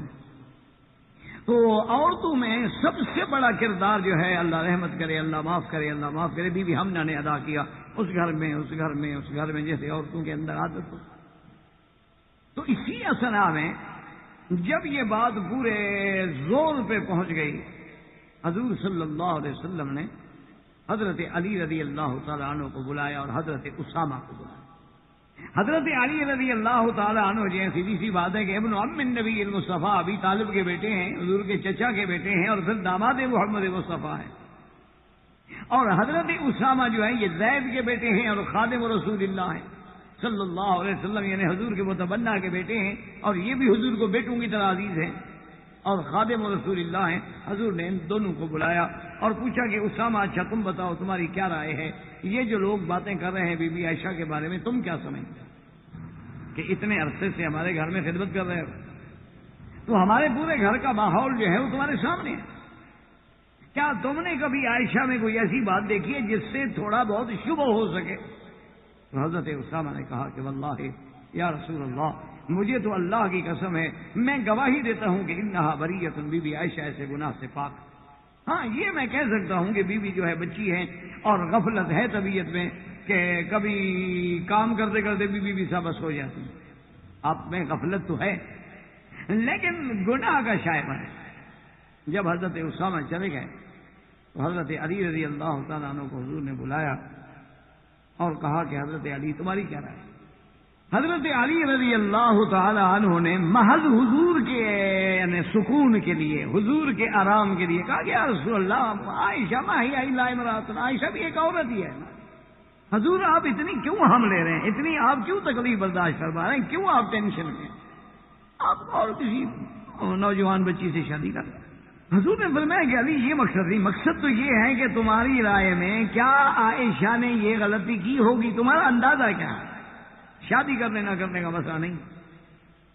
یہی وہ وجہ تھی کہ کافی عرصے تک بی بی عائشہ اور حضرت علی کے درمیان میں ناراضی رہی کہ بی بی عائشہ فرماتی تھی کہ حضرت علی کا کچھ مقام ہو لیکن میرے لیے تو بیٹا تھا نا, میں امہات المومنین, بیٹے کو تو اپنی والدہ کے بارے میں ایسی سخت رائے نہیں دینی تھی کہ حضور اور شادی کرنا, اگر حضور اس وقت مجھے چھوڑ دیتے تو میں تو برباد ہو جاتا. تو حضرت علی نے فرمایا کہ یا رسول اللہ صلی اللہ علیہ وسلم جہاں تک تحقیق کا معاملہ, اگر آپ تحقیق کرنا چاہتے ہیں تو پھر بی بی بریرہ سے تحقیق. بی بی بریرہ جو ہے وہ کنیز ہے بی بی عائشہ, اور بی بی بریرہ رضی اللہ تعالی عنہا جو ہے وہ ہر وقت بی بی عائشہ کے ساتھ رہتی ہے جو ان کی خدمت گزار ہیں. تو پھر یہ تحقیق تو ہے تو پھر بی بی بریرہ سے کریں. حضور نے فرمایا اچھا تبھی تمہیں اجازت ہے, آپ بی بی بریرہ کو بلا کے تحقیق. اچھا خدا کی شان ہے کہ ایسے امور میں کبھی کبھی حضور حکم جو ہے بی بی حضرت علی کو دیتے تھے تحقیق کا. ایسے معاملات میں صرف بی بی عائشہ کا معاملہ نہیں, بعض لوگوں نے اس بات کو بھی بڑھایا ہے, بعض لوگوں نے نعوذ باللہ اسی سے بی بی عائشہ اور حضرت علی کے تباغت و تحاسد کو ایک دلیل بنایا ہے, حالانکہ یہ بات غلط ہے. حضرت علی رضی اللہ تعالی عنہ کے ذمے ایسے معاملات میں ہمیشہ حضور نے حضرت علی کے ذمے لگایا. جیسے کہ ایک عورت مدینے سے آئی, عناق طوائف تھی, اور وہ بہرحال لمبا ایک قصہ ہے. تو مدینہ منورہ سے اس کو ایک صحابی نے خط دے دیا کہ مکے کے فلاں سردار کو پہنچا دینا ہے. حضور صلی اللہ علیہ وسلم نے اس وقت بھی حضرت علی کو بلایا. آپ نے فرمایا کہ یا علی روضہ خاخ ایک مقام ہے مکے اور مدینے کے درمیان میں، ان بہذا وہاں ایک اونٹنی پہ عورت جا رہی ہے، اس کو پکڑو اور اس کے بعد خط ہے برآمد کرو۔ تو گویا معلوم یہ ہوتا ہے کہ اس قسم کے جو تحقیقی کام ہوتے تھے وہ حضرت علی رضی اللہ تعالیٰ عنہ کے ذمہ لگائے جاتے تھے، کوئی نئی بات نہیں۔ حضرت علی رضی اللہ تعالیٰ عنہ فرماتے ہیں کہ میں نے اسی وقت حضرت مقداد کو اور ایک دو ساتھیوں کو لیا اور ہم نے تیز رفتار سواریوں سے گھوڑوں کو دوڑایا اور این اسی روضہ خاک پہ پہنچے تو اونٹنی پہ ایک عورت جا رہی ہے۔ ہم نے کہا ٹھہر جاؤ، وہ ٹھہر گئی۔ ہم نے کہا کہ اونٹنی بٹھا دو، اس نے اونٹنی بٹھا دی۔ ہم نے کہا انما کے کتاب، تمہارے پاس ایک لیٹر ہے، خط ہے؟ اس نے کہا کہ نہیں میرے پاس کوئی۔ تو حضرت علی نے حکم دیا ساتھیوں کو کہ اس کے سامان کی تلاشی کرو۔ جب سامان سارے کی تلاشی کی گئی، تب تحقیق کی گئی، سارا سامان ایک ایک ذرا کھولا گیا، اس میں خط نہ ملا۔ تو ساتھیوں نے حضرت علی رضی اللہ تعالیٰ عنہ سے عرض کیا کہ حضرت اب ہم نے سامان چیک کر لیا، تحقیق کر دے، بیچاری کو جانے دیں، اس کے پاس تو خط ہے نہیں۔ صدر نے فرمایا عجیب بات کرتے ہو، کیا کہہ رہے ہو؟ اخبرنی رسول اللہ صلی اللہ علیہ وسلم، مجھے خبر دینے والا کون ہے؟ محمد رسول اللہ۔ حضور کی بات غلط ہو سکتی ہے؟ تم اس عورت کے مگر کو دیکھ رہے ہو؟ تو حضرت علی نے اتنا شدید کلمہ فرمایا، آپ نے فرمایا کہ واللہ، آپ نے فرمایا راگ دیکھو، یاد رکھو، کیا تو وہ مجھے خط دے دو ورنہ مجھے حضور کا حکم ہے، واللہ لأجردن، کہ میں تیرے کپڑے اتار لوں گا سارے، پھر بھی میں خط برآمد کروں گا۔ تو اس سے علماء نے بھی ایک مسئلہ نکالا ہے کہ اگر کوئی مجرمہ ہے تو اس سے سختی کی جا سکتی ہے، ورنہ ایک عورت ہو قاتلہ ہو ڈاکہ ڈالے، یہ تو نہیں کہ وہ عورت ہونے کے بعد اس سے کوئی بات ہی نہ کی جائے۔ یہ کون سی مساوات کا حق ہے؟ مجرم مجرم ہے، اور مرد ہو یا عورت ہو۔ تو جب حضرت علی نے اتنی زبردست دھمکی دی نا، تو اس نے جناب فوراً اپنا دوپٹہ کھولا اور اس کے بڑے بڑے بال تھے، تو بالوں کا اس نے جو اوپر جوڑا بنایا ہوا تھا، اور جوڑے کے اندر خط چھپا کے اوپر اس نے دوپٹہ لیا ہوتا۔ اب کس کو شک ہو سکتا ہے کہ وہاں خط رکھا ہوگا؟ خط مل گیا۔ بہرحال وہ ایک الگ واقعہ ہے۔ میرے کہنے کا مقصد یہ تھا کہ ایسے امور جو تھے، یعنی جو تحقیق طلب امور تھے، جیسے پولیس انکوائریز ہوتی ہیں، تو حضرت علی رضی اللہ تعالیٰ عنہ کو سپرد کیے جاتے۔ حضرت علی رضی اللہ تعالیٰ نے بی بی بریرہ کو بلایا، فرمایا کہ دیکھو بریرہ، میں کوئی رعایت نہیں کروں گا، یہ حضور کی عزت کا مسئلہ ہے، یہ سرکار دو عالم کی شان کا مسئلہ ہے، عصمت کا مسئلہ ہے، اس میں قطعاً رعایت نہیں دوں گا۔ سیدھی سیدھی بات کرو، بات کولی نہیں بھی عائشہ، تمہارا عائشہ کے بارے میں کیا رائے ہے؟ اس نے کہا حضرت علی واللہ، خدا کی قسم، انہا لبریۃ، وہ بالکل پاک۔ ہاں اتنا بات ضرور ہے کہ وہ ایسی غافل ہے کہ کئی دفعہ ایسا ہوتا ہے کہ آٹا گوندھ کے رکھ کے وہی سو جاتی ہے اور بکری آگے آٹا کھا رہی ہے۔ غفلت تو ہے طبیعت، لیکن گناہ نہیں۔ حضرت علی نے بڑا سختی سے ڈانٹا، انہوں نے کہا حضرت جو مرضی آئے کرے، جو بات حقیقت ہے وہ حقیقت۔ تو حضرت علی رضی اللہ تعالیٰ عنہ نے بھی حضور کی خدمت میں آ کے عرض کیا کہ یا رسول اللہ، بی بی بریرہ کی تحقیق کے بعد بی بی عائشہ جو ہیں بری۔ اسی طرح حضرت ابو ایوب انصاری رضی اللہ تعالیٰ عنہ، جو سب سے پہلے میزبان ہیں مدینے میں محمد الرسول اللہ صلی اللہ علیہ وسلم، سب سے پہلے حضور مدینے میں ابو ایوب کے گھر میں ہوتے، اور ان کی محبت اور ادب کا یہ عالم تھا۔ حضرت کے نیچے کمرہ تھا، ایک اوپر کمرہ، تو انہوں نے کہا کہ یا رسول اللہ صلی اللہ علیہ وسلم، مہربانی فرمائیں کہ آپ اوپر کے کمرے میں رہیں، کہ میں یہ نہیں برداشت کر سکتا کہ میں حضور سے اوپر رہوں۔ اب کوئی کہے گا جی مسئلہ ہے، آج کل کے ماشاءاللہ ہمارے نوجوان پڑے ہوئے جو ہیں نا، وہ کہیں گے جی یہ کیا مطلب، یہ کون سا مسئلہ ہے؟ لیکن یہ مسئلے کا پتہ ان کو ہے جن کو اللہ نے ادب سے نوازا ہے، جو ادب سے ہی محروم ہو ان باتوں کو کیا سمجھے۔ حضرت ابو ایوب نے کہا کہ یا رسول اللہ، یہ کیسے ہو سکتا ہے کہ بھئی آپ اوپر رہیں؟ حضور اوپر چلے گئے۔ ایک دن گزرا، آپ نے فرمایا ابو ایوب مجھے بڑی تکلیف ہوتی ہے، اوپر اترو چڑھو، اوپر اترو چڑھو، ابھی ہم تو نہیں چلیں۔ میں نے کہا اصل میں آپ سے اوپر کیسے رہوں؟ میں نے کہا کوئی بات نہیں، میرا حکم ہے۔ میں نے کہا حکم ہے تو ٹھیک۔ حضور جب اوپر چلے گئے ابو ایوب رضی اللہ تعالیٰ، تو رات کو بیوی سے کہا کہ خبردار دیوار کے ساتھ لگ کے چلا کرو اور دیوار کے ساتھ لگ کے سویا کرو، درمیان میں کبھی نہ چلنا کہ نیچے حضور کے اوپر قدم نہ آئے ہمارے۔ یعنی یہ ہے نا جی قبر صاحب، حضور تو درمیان میں بیٹھے گا، تم دیوار کے ساتھ لگ لگ کے چلا کرو تاکہ ہمارے قدم براہ راست حضور کے اوپر سے نہ گزرے۔ یہ ادب کی باتیں ہیں، یہ ادب کی روایات ہیں، یہ ان کو پتہ ہے جن کے دل میں عشق رسول ہے صلی اللہ علیہ وسلم، ورنہ یہ مسائل سے باتیں نہیں سمجھ آتی۔ اسی لیے کسی نے کہا تھا نا کہ بے عشق محمد جو محدث ہیں جہاں میں. بے عشق محمد کے حضور کا عشق تو ہے نہیں لیکن حدیث پڑھا رہے ہیں. بے عشق محمد جو محدث ہیں جہاں میں آتا ہے بخار ان کو بخاری نہیں آتی. بخار تو ان کو باشق آتا ہو لیکن بخاری نہیں آتی. بخاری تب آئے گی جب حدیث رسول سے اور جس کی حدیث مبارک ہے اس سے عشق ہو. تو اب جناب یہ وہ ابو ایوب انصاری ہیں. جب یہ بات چلی تو ایک دن ابو ایوب نے اپنی بیوی سے کہا, انہوں نے کہا کہ بات سنو کہ یہ جو بی بی عائشہ کا رضی اللہ تعالیٰ کے خلاف ایک عظیم سازش اٹھی ہوئی, مجھے یہ بتاؤ کہ اگر اسی طرح جیسے بی بی عائشہ بیچاری پیچھے رہ گئی بھول کے, اسی طرح ابو ایوب نے اپنی بیوی سے کہا کہ اگر اس طرح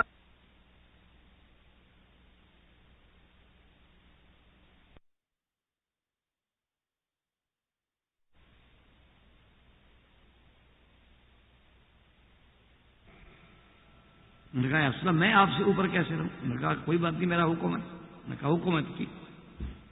حضور جب اوپر چلے گئے ابو ایوب رضی اللہ تعالیٰ تو رات کو بیوی سے کہا کہ خبردار دیوار کے ساتھ لگ کے چلا کرو اور دیوار کے ساتھ لگ کے سویا کرو, درمیان میں کبھی نہ چلنا کہ نیچے حضور کے اوپر قدم نہ آئے ہمارے. یعنی یہ ہے نا جی قبر اب حضور تو درمیان میں بیٹھے گا, تم دیوار کے ساتھ لگ لگ کے چلا کرو تاکہ ہمارے قدم براہ راست حضور کے اوپر سے نہ گزرے. یہ ادب کی باتیں ہیں, یہ ادب کی روایات ہیں, یہ ان کو پتا ہے جن کے دل میں عشق رسول ہے صلی اللہ علیہ وسلم, ورنہ یہ مسائل سے باتیں نہیں سمجھ آ سکتی. اسی لیے کسی نے کہا تھا نا کہ بے عشق محمد جو محدث ہیں جہاں میں. بے عشق محمد کے حضور کا عشق تو ہے نہیں لیکن حدیث پڑھا رہے ہیں. بے عشق محمد جو محدث ہیں جہاں میں آتا ہے بخار ان کو بخاری نہیں آتی. بخار تو ان کو باشق آتا ہو لیکن بخاری نہیں آتی. بخاری تب آئے گی جب حدیث رسول سے اور جس کی حدیث مبارک ہے اس سے عشق ہو. تو اب جناب یہ وہ ابو ایوب انصاری ہیں. جب یہ بات چلی تو ایک دن ابو ایوب نے اپنی بیوی سے کہا, انہوں نے کہا کہ بات سنو کہ یہ جو بی بی عائشہ کا رضی اللہ تعالیٰ کے خلاف ایک عظیم سازش اٹھی ہوئی, مجھے یہ بتاؤ کہ اگر اسی طرح جیسے بی بی عائشہ بیچاری پیچھے رہ گئی بھول کے, اسی طرح ابو ایوب نے اپنی بیوی سے کہا کہ اگر اس طرح تم پیچھے رہ جاتی, تمہارے ساتھ یہ واقعہ پیش آتا, اور اسی طرح بے عین ہی تمہیں کوئی آدمی اکیلا اس جنگل میں مل جاتا, صحرا میں مل جاتا, تو کیا تم گناہ کرتی؟ انہوں نے کہا واللہ, انہوں نے کہا خدا کی قسم میں تصور بھی نہیں کر سکتی گناہ کا. تو اس نے کہا بات سنو, تو پھر جو جس پہ الزام لگا ہے وہ تم سے شان میں بہتر ہے, اور جہاں تک میرا تعلق ہے مجھ سے محمد مصطفیٰ بہتر ہے, پھر ان کی بیوی یہ غلطی کیسے کر سکتی ہے؟ اگر تیرا ضمیر نہیں مانتا, تیرا ضمیر اس بات کو گوارا نہیں کرتا, تو یہ بات عائشہ کا ضمیر کیسے گوارا کرتا؟ حضور صلی اللہ علیہ وسلم بی بی عائشہ فرماتی ہیں کہ میرے گھر میں تشریف لائے اور آپ نے خطبہ پڑھا اور اس کے بعد فرمایا کہ عائشہ میں تم سے بات کرنے آیا ہوں کہ اگر واقعتاً تم سے کوئی گناہ ہوا ہے, کوئی خطا ہوئی ہے, کوئی غلطی ہوئی ہے, فتوبی الی اللہ, توبہ کرو, اللہ کی طرف رجوع کرو, اللہ پاک شاید تجھے معافی دے دے. اور اگر تم گناہوں سے پاک ہو, اگر تم نے کوئی غلطی نہیں کی ہے تو پھر ٹھیک. بی بی عائشہ کہتی ہیں کہ اس وقت میرے ابا بھی موجود تھے, میری اماں بھی موجود تھیں, تو میں نے کہا عجب یا ابھی, ابا جان آپ جواب دیں حضور کی بات کا. تو نے کہا یا بنت میری بیٹی میں کیا جواب دیں؟ میں نے اماں کو کہا, میں نے کہا حضور جو پوچھ رہے ہیں, جو فرما رہے ہیں, اس کا تم جواب دو گے؟ انہوں نے کہا کہ عائشہ ہم کیا جواب دیں؟ اور حضور نے بھی فرمایا کہ عائشہ تم خود جواب دو. تو عائشہ فرماتی ہیں رضی اللہ تعالیٰ عنہا, کہتی ہیں خدا کی قسم میں اتنی بیمار ہو گئی تھی, اتنی کمزور ہو گئی تھی, اتنی صاحب فراش ہو گئی تھی کہ مجھ سے چلنے کی طاقت بھی ختم ہو چکی تھی, لیکن اللہ نے مجھے طاقت دی اور میں اٹھ کے بیٹھ گئی. میں نے کہا کہ یا رسول اللہ, آپ بھی, میرا ابا بھی, میری اماں بھی سن رہی ہیں, آج بالکل آپ کا اور میری حالت وہ ہو چکی ہے کہ اگر میں یہ کہوں کہ میں نے گناہ کیا ہے تو آپ سب مجھے سچا سمجھیں گے. ہاں دیکھو چلو اعتراف کر لیا نا, غلطی مان لی نا. اور اگر میں کہوں کہ انا بریۃ, میں بری ہوں, میں نے گناہ کا تصور بھی نہیں کیا, میرے تو خیال میں بھی یہ بات نہیں آئی, تو آپ میری بات کو نہیں مانیں گے. تو اب میرے پاس کوئی جواب نہیں. اقول کما قال ابا یوسف, میں صرف اب وہی بات کہوں گی جو یوسف کے ابا نے کہی تھی, فصبر جمیل واللہ المستعان علی ما تصفون, کہ میں صبر کروں گی اور اللہ میری مدد کرے گا جو کچھ میرے بارے میں کہا جائے. میرے پاس کوئی نہیں. حضور صلی اللہ علیہ وسلم بی بی فرماتی ہیں چلے گئے. اور بعض روایات میں یہ بھی آیا ہے کہ ایک دن حضور صلی اللہ علیہ وسلم بہت ہی متفکر ہیں. یہ بات ہے, اسی سے سمجھیں کہ اللہ کے پیغمبر عالم الغیب نہیں ہوتے. اگر علم غیب ہو تو حضور ایک مہینے تک پریشانی برداشت فرمائیں, کیا بات ہے. اچھا, بعض لوگوں نے کہا ہے کہ نہیں جی, اصل میں بات یہ ہے کہ علم تو تھا لیکن قاضی اپنے علم پہ فیصلہ نہیں کرتا. یعنی مجسٹریٹ کو پتا ہوگی یہ واقعہ کیا ہے, وہ فیصلہ نہیں کرے گا, جو گواہ کہیں گے وہ تو وہی کرے گا. علم تو تھا, علم تھا تو پریشان تو نہ ہوتے نا. اگر حضور کو علم غیب ہے تو آپ آگے بتا دیتے کہ مجھے یقین ہے, اور اس کے بعد بی بی عائشہ کو بھی کہہ دیتے کہ تم مری آؤ, لیکن اگر عوام کو جواب دینا ہے کو حل تو کرنا ہے. اور ایک روایت میں ہے کہ حضور پاک نے مسجد نبوی میں آ کے خطبہ پڑھا اور سارے صحابہ کو بلایا, اور اس کے بعد آپ نے فرمایا کہ دیکھو میرے صحابہ, میں اپنی بیوی کی طرف سے, اپنے اہل کی طرف سے یہ بات کہتا ہوں کہ واللہ انہا لبریۃ, میری بیوی پاک. تو ایک صحابی تھے رضی اللہ تعالی عنہ, بعض روایات میں ہیں کہ سعد بن معاذ ہیں رضی اللہ تعالیٰ عنہ, وہ کھڑے ہونے کہا کہ یا رسول اللہ, جب آپ فرما رہے ہیں کہ آپ کی بیوی پاک ہے تو صاف بات ہے کہ دشمنوں نے یہ سازش کی ہے, آپ ہمیں حکم دیں, اگر وہ بندہ میرے قبیلے کا ہے تو میں گردن کاٹ کے پیش کروں گا, اور وہ بندہ اگر کسی اور قبیلے کا ہے آپ ہمیں حکم دیں, ہم جانے نشاور کر دیں. اسی پہ تھوڑی سی تلخی ہو گئی. سعد بن عبادہ کھڑے ہو گئے, انہوں نے کہا کہ تم غلط کہہ رہے ہو, تمہیں پتا ہے کہ تہمت لگانے والا چونکہ تمہارے قبیلے کا نہیں ہے اس لیے کہہ رہے ہو نا کہ گردن کاٹ لو گے, چونکہ وہ ہمارے قبیلے کا ہے. تہمت لگانے والا جو ہے وہ تمہارے قبیلے سے نہیں ہے, اس لیے بہادری سے کہہ رہے ہیں. اگر وہ تمہارے قبیلے کا ہوتا تو کبھی ایسی بہادری سے یہ بات نہ کہتے, کیونکہ تمہیں پتا ہے کہ وہ بندہ ہمارے قبیلے کا ہے, لہذا تم یہ باتیں کر رہے ہو. اس نے کہا کہ نہیں, اس پہ تھوڑی سی آپس میں تلخی ہوئی. حضور پاک نے دونوں کو کہا کہ بھئی جھگڑے کرنے کی ضرورت نہیں ہے, بات صرف اتنی ہے کہ میں نے بتا دیا ہے کہ میرا اہل جو ہے وہ پاک. اب ان سارے واقعات کے باوجود جب پھر بھی وہ ٹینشن جو تھی دور نہ ہوئی, تو بعض روایات میں اور بعض کتابوں میں ملتا ہے, جو ہمیں کسی صحیح مستند حدیث مبارک میں تو نہیں ملا, لیکن واقعات ایک دوسرے کی گواہی دیتے ہیں, ایک دوسرے کی تائید کرتے ہیں, کہ ایک دن حضرت نے آقا انعامدار نے سیدنا امیر المومنین حضرت عمر کو بلایا رضی اللہ تعالی عنہ وارضاہ. آپ نے فرمایا عمر تم بتاؤ میرے گھر کے بارے میں یہ جو مسئلہ پیدا ہو گیا ہے, اور سارے مدینے میں منافقین نے اتنا بڑا فتنہ کھڑا کر دیا ہے, تم کیا کہتے ہو؟ چونکہ تمہیں اللہ نے بڑا عقل دیا ہے, بڑا فکر دیا ہے, بڑے سوچ والے بندے ہو, تم بتاؤ تم کیا کہتے ہو؟ حضرت عمر رضی اللہ تعالی عنہ فرماتے ہیں کہ میں نے عرض کیا, میں نے کہا یا رسول اللہ, سب سے پہلی بات تو یہ ہے کہ آپ کے گھر کا مسئلہ, یہ معمولی بات نہیں ہے, حرم رسول کا مسئلہ, یہ زوجہ رسول کا مسئلہ ہے, تو مجھے کیا طاقت ہو سکتی ہے؟ مال ابن خطاب کے بیٹے کو کیا ضرورت ہے کہ محمد مدنی کے گھر کے بارے میں باتیں کرے؟ حضور نے فرمایا عمر میں رائے لے رہا ہوں, مشورہ لے رہا ہوں, پوچھ رہا ہوں, حکم دے رہا ہوں. حضور نے کہا یا رسول اللہ اگر حکم دے رہے ہیں تو میں اگر کوئی بات کروں پھر مجھے کچھ بات کہنے کی اور پوچھنے کی بھی اجازت دیں. حضور نے فرمایا اجازت. اس نے کہا حضور سب سے پہلی بات تو یہ ہے کہ مجھے آپ یہ بتلائیں کہ بی بی عائشہ سے جو نکاح ہوا, جو شادی ہوئی, یہ آپ نے خود کی ہے یا اللہ کے حکم سے کی؟ حضور نے فرمایا نہیں, ان اللہ زوجنی, یہ تو اللہ کے حکم سے میں نے کیا ہوا. تمہیں پتا ہے کہ اللہ تبارک و تعالی نے جبریل علیہ السلام کو بھیجا اور مجھے عائشہ کی تصویر دکھلائی گئی. ایک حدیث میں ہے کہ ریشم کے کپڑے میں وہ تصویر رکھی ہوئی تھی, اور ایک میں ہے کہ حضرت جبریل کے ہاتھ میں وہ تصویر رکھی ہوئی تھی, اور دکھایا اور کہا ان ہذہ لزوجتک فی الدنیا والآخرہ, محمد مصطفیٰ یہ تیری بیوی دنیا میں بھی اور آخرت میں بھی. یہ تو اللہ نے مجھے دکھایا, اللہ نے مجھے حکم دیا. تو حضرت عمر رضی اللہ تعالی نے کہا کہ یا رسول اللہ پھر ناراض تو نہیں ہوں گے میں بات کروں؟ حضور نے فرمایا کہ عمر میں ناراض نہیں ہوں گا. تو حضرت عمر نے کہا کہ یا رسول اللہ ہم اپنے بچوں کے لیے اچھی بیوی ڈھونڈ لیتے ہیں, خدا کو اپنے نبی کے لیے پاک بیوی نہیں ملے گی.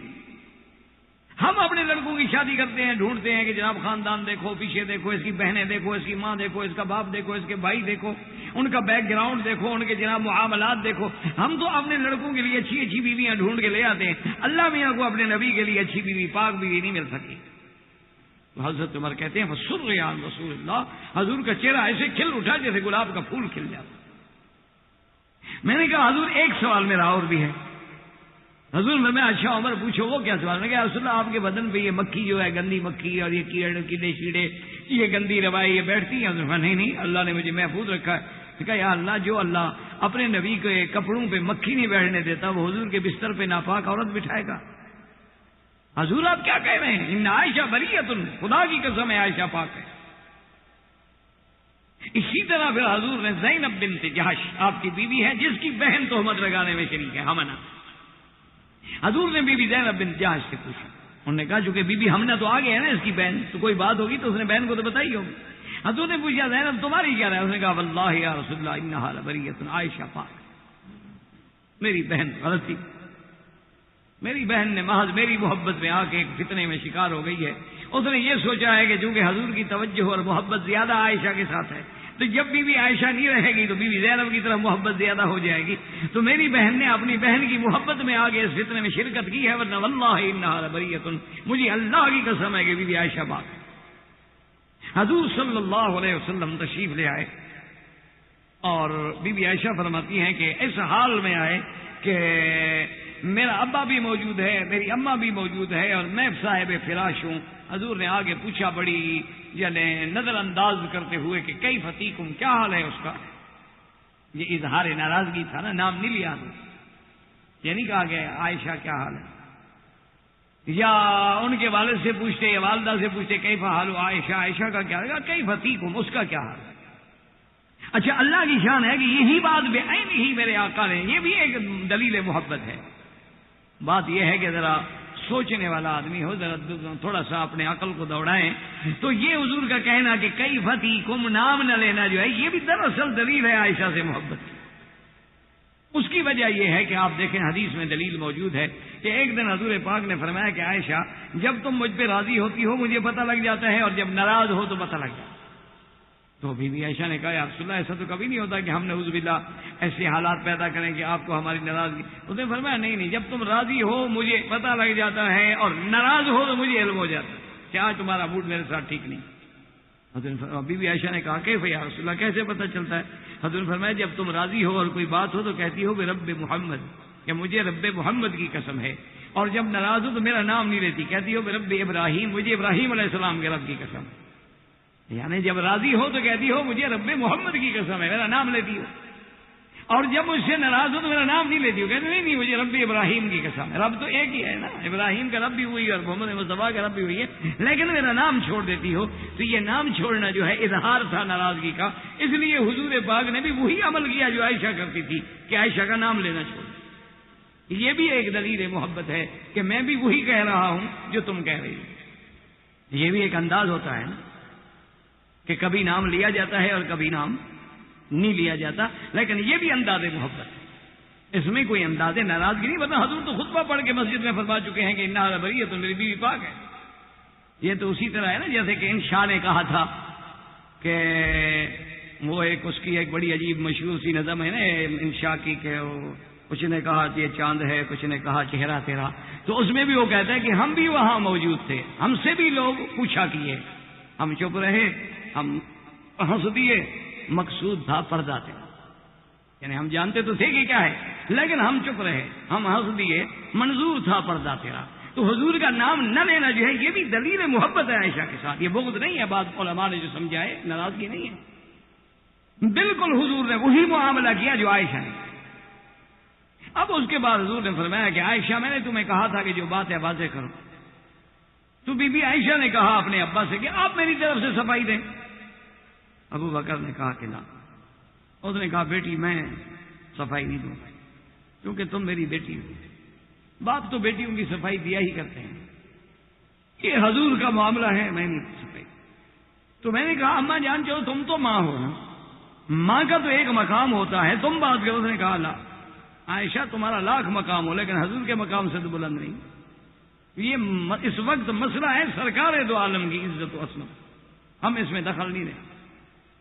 بی بی عائشہ فرماتی ہے نزل علیہ الوحی، اب حضور کی ایسی کیفیت مبارک ہو گئی کہ کوئی آپ پہ وحی اتر رہی ہے، اور کہتی ہے کہ میں نے جب اپنے باپ کی طرف نظر ڈالی اور اپنی ماں کی طرف نظر ڈالی تو خدا کی قسم ایسے معلوم ہوتا تھا کہ میرے والدین ابھی مر جائیں، کیونکہ وہ ڈر گئے کہ گھر میں ہیں اور حضور یہی بات کر رہے ہیں اور ابھی وحی آ گئی ہے، خدا جانے ہماری بیٹی کے بارے میں کیا خبر آتی ہے۔ لیکن عائشہ کہتی ہے واللہ اللہ کی قسم ہے میں مطمئن، مجھے یقین تھا، میں نے کہا کہ جب میں بری ہوں تو اللہ مجھے ایک بے گناہ کو اللہ تبارک و تعالیٰ کیوں سزا دیں گے، وہ تو ظلم سے پاک ہے، منزہ عن الظلم۔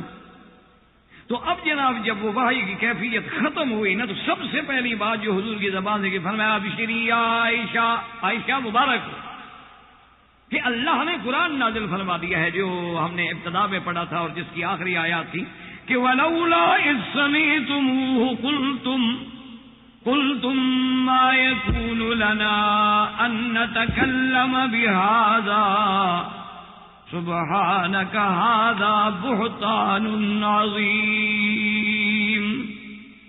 ایسے سخت لفظ ہے، اللہ نے فرمایا کہ میرے محبوب اپنی امت سے کہہ دو، صحابہ سے کہہ دو کہ جب تم نے یہ بات سنی تھی اسی وقت کہ تم لوگوں نے کیوں نہیں کہا یہ بات کہ مالنا ان نتکلم بہذا، ہم ایسی بات کیوں کریں؟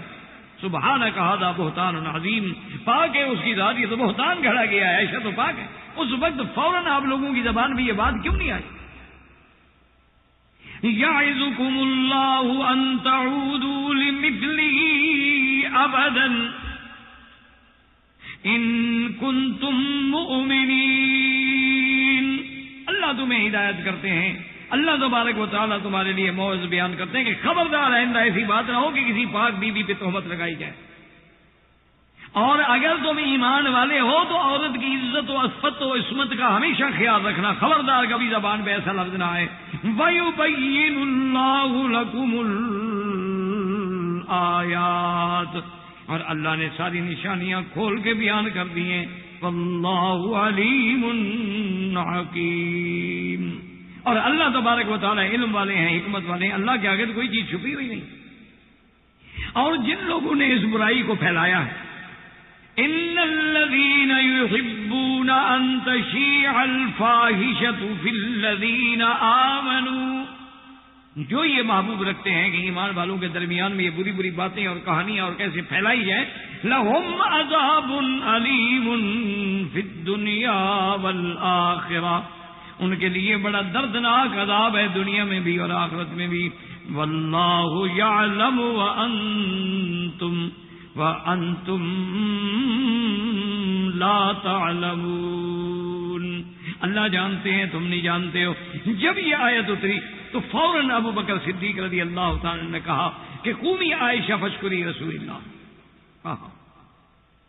اندازہ کریں یہ ہے مقام عورت کا اسلام کی نظر میں۔ لیکن یہ باتیں وہ کیا جانے، جو لوگ جن کی زندگی کلب میں گزرے یا ڈسکو میں، وہ کیا سمجھے، ان بیچاروں کو کیا پتا ہے کہ عزت و عصمت عورت کا کیا مقام ہے۔ یعنی اندازہ کریں کہ حضرت ابو بکر ہے، باپ ہے، افضل بعد رسول اللہ، کہتے ہیں قومی عائشہ فاشکری رسول اللہ، عائشہ اٹھو اور حضور کا شکریہ ادا کرو، کیونکہ سمجھتا ہے نا ابو بکر کہ اگر حضور نہ ہوتے تو کہاں وحی آتی، حضور نہ ہوتے تو جبریل اترتا۔ اور بی بی عائشہ نے کہا کہ لا اشکر، ذرا اس انداز کو دیکھیں، اس ناز کو بھی دیکھیں نا، اس بی بی کے ناز کو بھی دیکھیں۔ بی بی کہتی ہے لا اشکر رسول اللہ، ابا جان میں حضور کا شکریہ ادا نہیں کرتی۔ بی بی ام رومان نے بی بی عائشہ کی والدہ نے کہا قومی عائشہ فاشکری رسول اللہ، بیٹی اٹھو حضور کا شکریہ ادا کرو۔ بی بی عائشہ کہتی ہے واللہ لا اشکر، مجھے خدا کی قسم ہے میں کسی کا شکریہ ادا نہیں کرتی، اشکر اللہ الذی برانی من السماء، میں تو صرف اپنے اس رب کا شکریہ کروں گی جس نے میری برات کا اعلان کیا ہے، کہ میں کیوں شکریہ ادا کروں، میں اپنے رب کی شکریہ ادا کروں گی۔ اور بی بی عائشہ فرماتی ہے واللہ ما اظن، خدا کی قسم ہے، کہتی ہے خدا کی قسم ہے میں نے کبھی گمان بھی نہیں کیا تھا کہ میری برات کا ایسے انتظام ہوگا، یہ تو مجھے یقین تھا کہ میں بری ہوں، لیکن مجھے خیال یہ تھا کہ اللہ حضور کے دل میں ڈال دیں گے کہ بی بی عائشہ پاک ہے۔ یا اللہ تبارک و تعالی خواب میں حضور کو دکھلا دیں گے. لیکن بی بی فرماتی ہے خدا کی قسم ہے مجھے یہ توقع نہیں تھی کہ اللہ قرآن میں ایک رکوع میری شان میں اتاریں گے جو قیامت تک پڑھا جائے گا. فرمایا یہ میرے توقع بھی نہیں، مجھے پتہ ہی نہیں، کیونکہ جب یوسف علیہ السلام اللہ کا پیغمبر ہیں، یوسف پہ تہمت لگی تو گواہی بچے نے دی. وشاہد شاہد من اہلہا، ایک بچے نے گواہی دی کہ یوسف علیہ السلام پاک ہے. اور جب بی مریم پہ تہمت لگی تب بھی ایک بچے نے گواہی دی، حضرت عیسیٰ. قال انی عبد اللہ آتانی الکتاب وجعلنی نبیا. اور جب حضرت جریج پہ تہمت لگی تو ایک بچے نے گواہی دی، اس بچے نے کہا کہ جریج پاک ہے. اور جب مشاطہ پہ تہمت لگی اور مشاطہ کو تکلیف دی گئی تو بچے نے شہادت دی. لیکن یہ شان محمد مصطفیٰ ہے. اللہ نے فرمایا کہ میرے محبوب یہ بی بی عائشہ کی عظمت کا مسئلہ ہے، یہاں بچہ گواہی نہیں دے گا، میں عرش سے خود گواہی دوں گا کہ عائشہ پاک ہے. اندازہ کریں ایک عورت کی عظمت.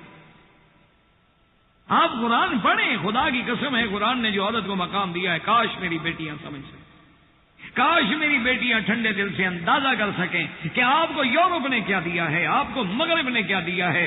آپ کو بے حیائی دی ہے، آپ کو جسم فروشی دی ہے، آپ کو اس نے بازار میں لٹکا دیا ہے، آپ کو دھوپ میں رکھ کے اس نے شراب سے سرکہ بنا دیا ہے. یہ اسلام ہے جس نے آپ کو آسمانوں پہ بٹھایا. لیکن کوئی پڑھنے والا بھی تو ہو. جب آپ بغض کی اینک لگا لیں گے تو قرآن کیا سمجھ آئے گا.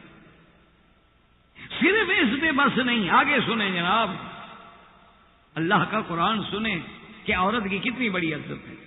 فرمایا ان الذین یرمون المحصنات الغافلات المؤمنات لعنوا فی الدنیا والآخرہ ولہم عذاب عظیم. اللہ نے فرمایا جو لوگ پاک بیویوں کو اور بھولی بھالی بیویوں کو، ایمان والی بیویوں کو جو تہمت لگائیں، جو ان پہ عیب لگائیں، جو ان پہ زنا کا داغ لگائیں، ایسے لوگوں پہ اللہ کی لعنت ہے، دنیا میں بھی آخرت میں بھی ان کے لیے عذاب ہے بہت بڑا. یعنی اندازہ کرو کہ عورت کا کتنا بڑا مقام ہے. اللہ فرماتا ہے کہ محسنات پاک بیویاں اور غافلات بھولی بھالی بیویاں جن کو دنیا کی چلاکیوں کا پتہ ہی نہیں، اور مومنات اللہ کے رسول کو ماننے والی بیویاں، ایسی پاک بیوی پہ اگر کوئی تہمت لگائے اس کے لیے لعنت ہے. اللہ نے فرمایا لعنت ہے دنیا میں بھی آخرت میں بھی، اور عذاب ہے بہت بڑا عذاب. اور اس سے جناب دو مسئلے اللہ نے قرآن میں پیدا کیے، ایک مسئلہ قذف ہے اور ایک مسئلہ لعان ہے. قذف کا معنی ہوتا ہے کہ اگر کوئی بندہ اللہ نہ کرے کسی پاک بیوی پہ تہمت لگاتا ہے زنا کی، لیکن یاد رکھو تہمت لگانے یہ کہتے کہ مثلا نعوذ باللہ شراب پیتی ہے، نہیں، زنا کی تہمت. چونکہ اسلام کے نزدیک سب سے بڑی قیمتی چیز عورت کی عفت و عصمت ہے، اسی لیے کفار نے اس کی قیمت ختم کر دی ہے. اسی لیے کافروں کے نزدیک اس کی عفت و عصمت کی کوئی قیمت نہیں. وہ ایک چائے کی پیالی ہے، کوئی چائے پی لے پھر دھو کے رکھ دو. ان کے نزدیک کیا ہے؟ ان کے نزدیک تو صرف یہ ہے کہ جھگڑا وگڑا نہ ہو، یعنی راضی ہوں. جو لوگ زنا کو بزنس کہتے ہوں ان کو ہم کیا سمجھائیں کہ عورت کا کیا مقام ہے. یعنی آج بھی آپ یورپ میں جائیں، آج بھی آپ ان گندی جگہوں پہ جائیں، ان بازاروں میں جائیں تو وہ عورتیں اس کو بزنس سمجھتی ہیں، باقاعدہ اشتہار دیتی ہیں، باقاعدہ اپنے ٹیلی فون نمبر دیتی ہیں، باقاعدہ اپنے ایڈریس دیتی ہیں، اور اس اشتہار میں جس طرح تعریفیں کی جاتی ہیں میرے خیال ہے دور جاہلیت کا کوئی بڑے سے بڑا جاہل بھی وہ بیان نہ کرے. یہ عورت کی عزت ہے. اور جناب وہ ہر ٹیلی فون بوتھ پہ آپ کو اشتہار لگے ہوئے مل جائیں گے. ان لوگوں کو کیا پتا کہ عورت کیا ہوتی ہے. وہ کہتے ہیں کہ ہم نے عورت کو عزت دی ہے.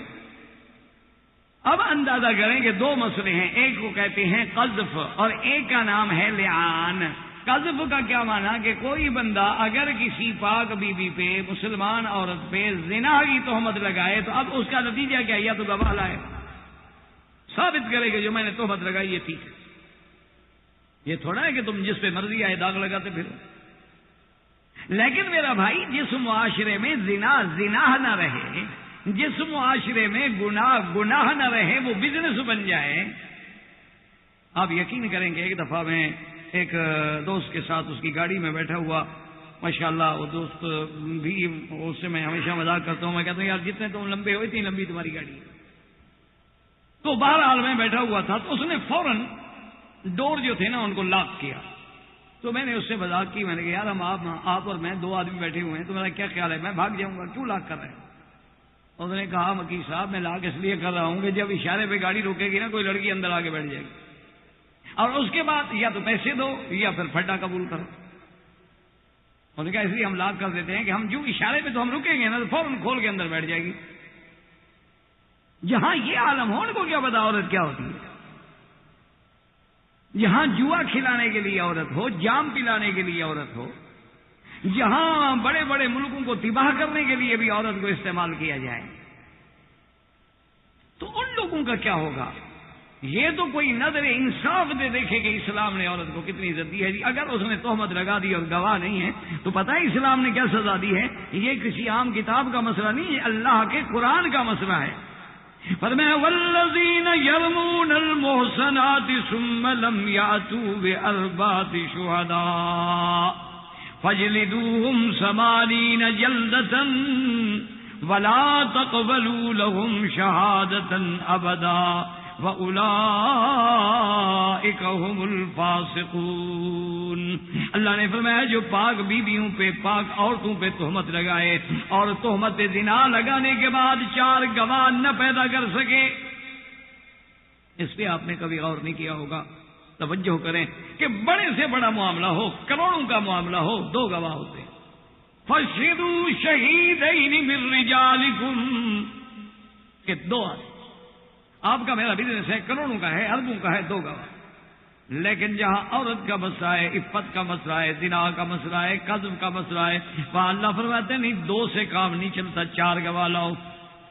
یہ اتنی قیمتی چیز ہے کہ ارب روپے اس کا کیا مقابلہ کر سکتے ہیں. روپے تو گھاٹے کے بعد واپس آ جائیں گے، عورت کی عزت لوٹنے کے بعد کیا واپس کریں گے آپ؟ ایک عورت کی عصمت لوٹی جائے اس کو کیا واپس کریں گے آپ؟ اس کی عزت کا کیا قیمت ہے؟ اس کی عزت کا مول کون بھر سکتا؟ اس لیے فرماتی ہے کہ ثم لم یأتوا بأربعۃ شہداء، اپنی بات پہ اگر 4 گواہ نہ پیش کر سکے فجلدوہم 80 جلدۃ، اس کی پشت پہ 80 کوڑا مارو. کہ عورت کو تہمت لگاتا ہے، اتنا جری ہو گیا ہے کہ ایک باعزت عورت پہ زنا کی تہمت لگاتا ہے. اور صرف یہ نہیں، کوڑے لگانے کے بعد بھی سزا ختم نہیں ہوئی. وَلَا تَقْبَلُوا لَهُمْ شَهَادَةً أَبَدًا، اب جب تک زندہ رہے کسی مسئلے میں اس کی گواہی بھی قبول نہ کرو. یہ مردود شہادہ ہے. یہ اتنا گندا آدمی ہے کہ عورت میں ناحق تہمت لگانے کے بعد ثابت نہیں کر سکا، اب کسی مسئلے میں اس کی گواہی لی نہیں جائے گی، بلیک لسٹ ہو گیا. وَأُولَئِكَ هُمُ الْفَاسِقُونَ إِلَّا الَّذِينَ تَابُوا مِن بَعْدِ ذَلِكَ وَأَصْلَحُوا فَإِنَّ اللَّهَ غَفُورٌ رَّحِيمٌ. ہاں اگر توبہ کر لے، اس کے بعد اپنی اصلاح اعمال کرے تو اللہ بخشنے والے ہیں، گناہ بخش دیں گے. اچھا اب مسئلہ یہ تھا، یہ تو کسی عورت کو تہمت لگا، ایک آدمی اپنی بیوی پہ تہمت لگائے کہ نعوذ باللہ میری بیوی نے زنا کیا، اس کا کیا ہوگا؟ یہ نہیں ہے، کھیل نہیں اسلام کے جو مرضی ہے کہتے پھر او جی میری بیوی گندی ہے جی، او چھوڑیں جی وہ ٹھیک نہیں. یہ کھیل ہے، جو مرضی آئے منہ سے نکال دو کسی عورت کے بارے میں چاہے تمہاری بیوی بھی ہو. فرمایا والذین یرمون ازواجہم ولم یکن لہم شہداء الا انفسہم فشہادت احدہم 4 شہادات باللہ انہ لمن الصادقین والخامسۃ ان لعنۃ اللہ علیہ ان کان من الکاذبین. اللہ نے فرمایا میرا مدنی اگر بیوی پہ تہمت لگائے، 4 گواہ نہ لے آئے تو اس کے بعد حل کیا ہے کہ لیان، کہ وہ کھڑا ہو لوگوں کے سامنے اور 4 دفعہ کہے کہ میں نے اگر جھوٹ بولا ہو، میں نے اگر جھوٹ بولا ہو تو اللہ مجھے عذاب دے، میں نے جھوٹ بولا ہو. اور 5ویں دفعہ یہ بھی کہے کہ والخامسۃ ان لعنۃ اللہ علیہ، 5ویں دفعہ یہ بھی کہے کہ اگر میں جھوٹا ہوں تو مجھ پہ اللہ کی لعنت ہے. لعان کا حکم آ گیا. یہ ہے عورت کی عزت، عورت کی عصمت، عورت کا مقام کہ کوئی اس کے بارے میں زبان نہیں کھول سکتا، کوئی اس کے بارے میں تہمت نہیں لگا سکتا، کوئی اس کے بارے میں بلا وجہ چاہے اس کی بیوی ہو اس کو یہ حق نہیں پہنچتا کہ جھوٹے الزام لگائے. یعنی اندازہ کریں اگر اللہ توفیق دے سورۃ النور کو بار بار مطالعہ کریں اور دیکھیں کہ اللہ نے اسلام میں عورت کو کتنا بڑا مقام دیا. ربنا تقبل منا انک انت السمیع العلیم وما علینا الا البلاغ. اور دعا کریں کہ خالد جو ہمارے تسجیل کرتے ہیں ان کے والد فوت ہو گئے، اللہم اغفرہ وارحمہ وتجاوز عنہ، اللہم نقہ من الخطایا کما ينقى الثوب الابيض من الدنس، اللہم اغسل خطاياه من الماء والثلج والبرد، اللہم اغفر لجميع المسلمين والمسلمات والمؤمنين والمؤمنات الاحياء منهم والاموات. اللهم إنا نسألك من الخير كله عاجله وعاجله ما علمنا منه وما لم نعلم. اللهم إنا نعوذ بك من الشر كله عاجله وعاجله ما علمنا منه وما لم نعلم. وصلى الله تعالى على خير خلقه سيدنا محمد وعلى آله وأصحابه أجمعين. بالله وكفى والصلاة والسلام على خاتم الأنبياء سيدنا محمد المصطفى وعلى آله المجتبى. برادران اسلام، واجب الاحترام بزرگوں، دوستوں، بھائیوں، عزیز نوجوانوں، آپ کی اس مسجد مصطفیٰ میں سلسلہ دروس کے کہ اللہ نے اسلام میں عورت کو کیا عزت بخشی ہے کہ ضمن میں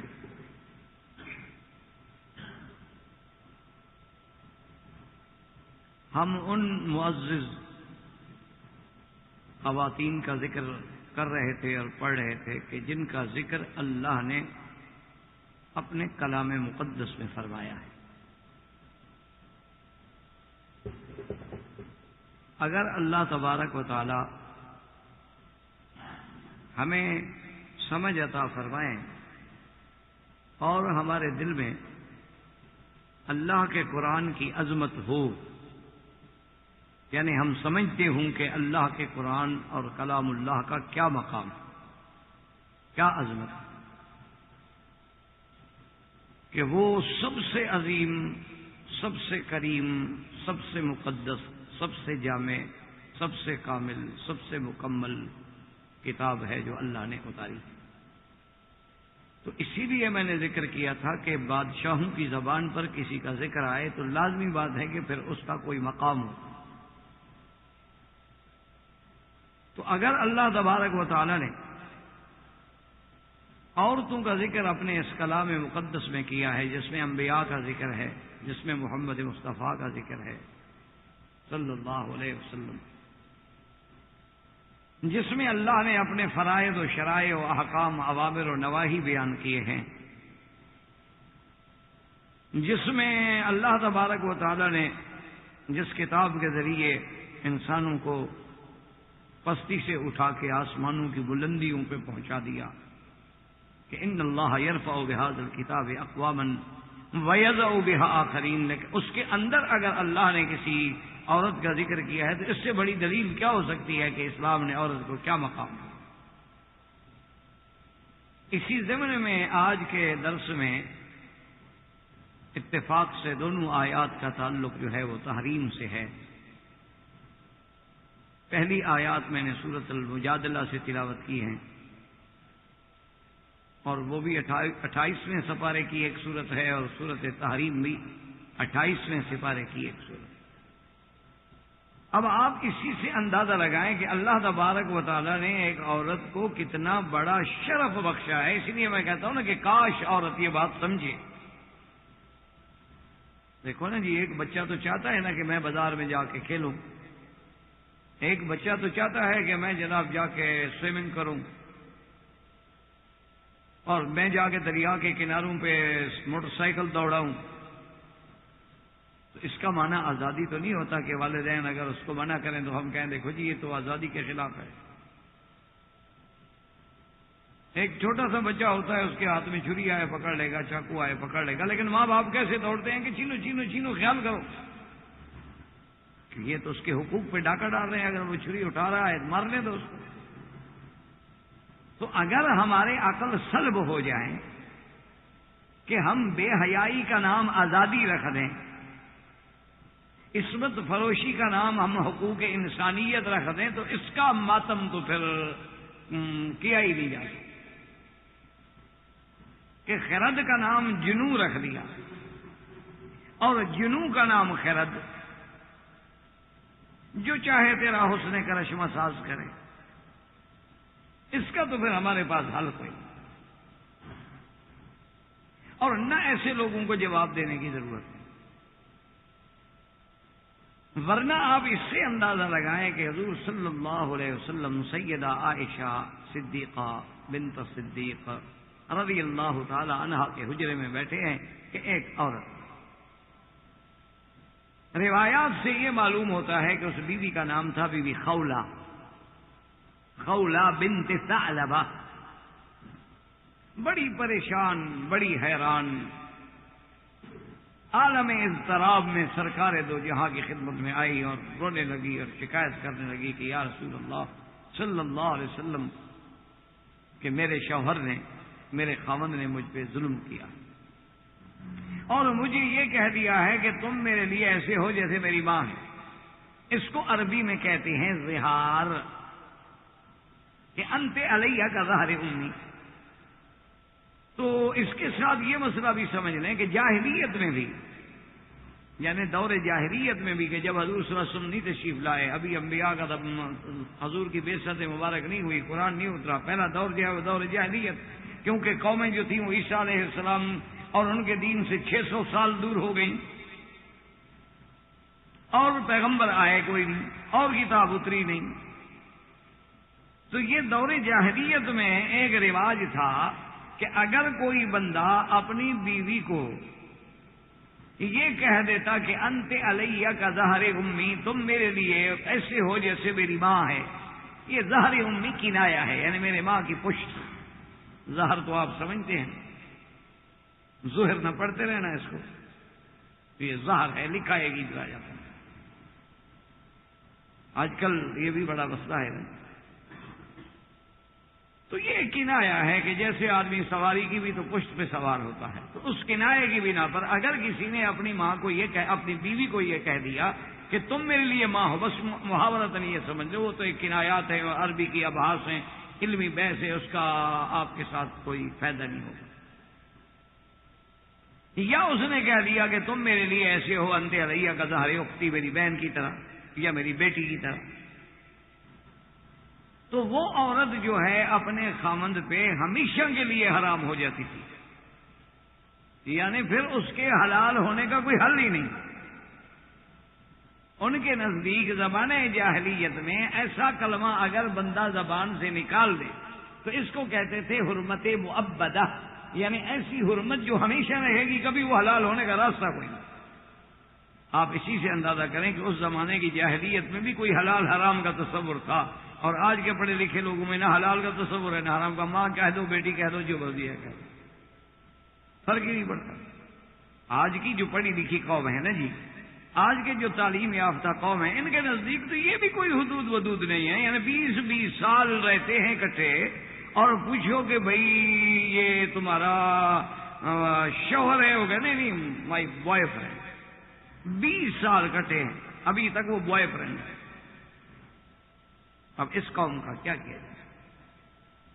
اور وہ اعتراض کریں اسلام پر کہ دلاور رست دزدے، کہ چراغ وقف چراغ دارد، کہ بزرگوں نے کہا ہے کہ دیکھو چور کتنا چلاک ہے، کہ چوری بھی کرتا ہے اور پھر لیمپ لے کے ساتھ بھاگ بھی رہا ہے، بھی چوری در گیا، بھی چوری در گیا، بھی چوری در گیا، ساتھ پکڑوا بھی رہا ہے۔ یہ ایسے چالاک چور ہیں، ملک تاراج کر دیں، بستیاں تباہ کر دیں، وہ ظلم نہیں ہے، اس لیے کہ وہ تو ان کے منشے کے مطابق۔ اور غلطی سے کوئی آدمی کسی کتے کو مار بیٹھے، کسی بلی کو مار بیٹھے تو پوری دنیا ہل جائے، تو اس بگڑی ہوئی عقل کا تو علاج ہی کوئی نہیں۔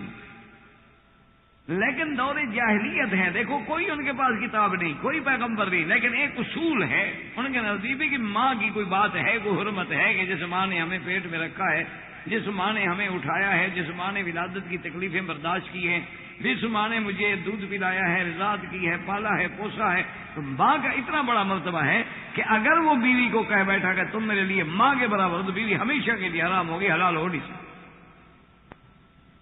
اب جناب وہ عورت آئی اور رونے لگی۔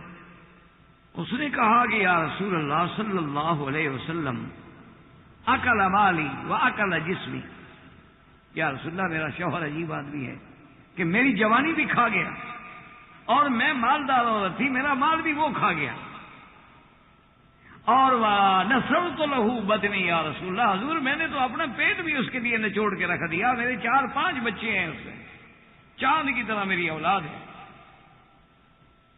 میں نے اس کے لیے بچے جنہیں اپنی جان دی، حسن دیا، جوانی دی، پیسہ دیا، اب میں بوڑھی ہو گئی تو مجھے ماں بنا دیا۔ یا رسول اللہ میں بوڑھی ہو گئی، اب میرے ساتھ کون شادی کرے گا؟ میں کہاں جاؤں گی؟ کس گھر میں پناہ لوں گی؟ مال تو ختم ہو گیا۔ اور اس کے بعد اپنی اولاد سے جدا ہو جانا، کہ آخر وہ شوہر ہے، وہ باپ ہے، وہ کہے گا میں اولاد نہیں دیتا، اولاد پر تو میرا حق ہے۔ یا رسول اللہ میں تو مر گئی، میں تو برباد ہو گئی، میرا مہربانی کر کے مسئلہ حل فرمائیں۔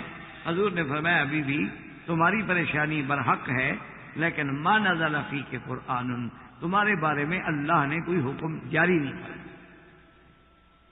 اب جناب وہ بی بی صاحبہ تو دکھ میں تھی نا جی، پریشان حال جو ہوتا ہے، فریادی جو ہوتا ہے، پھر وہ تو پرواہ نہیں کرتا نا کہ میرے سامنے کون ہے۔ اس نے کہا کہ یا رسول اللہ، اللہ کے قرآن میں ساری دنیا کے مسائل کا حل موجود ہے، میرا حل کیوں نہیں؟ حضور نے فرمایا اللہ کی بندی، تیرے بارے میں کوئی حکم نازل نہیں ہوا، اور جب تک اللہ حکم نازل نہ کرے، اللہ کے پیغمبر اپنی طرف سے تو حکم جاری نہیں فرماتے۔ اسی گفتگو میں کرتے کرتے کرتے آخر وہ بی بی جو تھی وہ کھڑی ہو گئی اور کہنے لگی کہ اچھا یا رسول اللہ آپ نے بھی میری فریاد نہیں سنی۔ حضور نے فرمایا خدا کی بندی میں تمہاری فریاد تو سن رہا ہوں، بات یہ ہے کہ اللہ جب تک حکم نہ دے فیصلہ کیسے کروں؟ کیونکہ پیغمبر اپنی ذات سے، اپنی رائے سے فیصلہ نہیں کرتے۔ ما نظر فی کے شے، ان تیرے بارے میں جب تک کوئی چیز نازل ہی نہیں ہوئی تو ہم کیا فیصلہ کریں؟ پہلا کیس ہے جو ہمارے سامنے آیا۔ تو بی بی صاحبہ غصے میں اٹھی کہنے لگی اشتکی الی اللہ، یا رسول اللہ آپ نے میری فریاد نہیں سنی، میں اب جا کے اپنے اللہ کو شکایت کروں، بس اللہ کے آگے فریاد کروں گا، اور کہاں جاؤں؟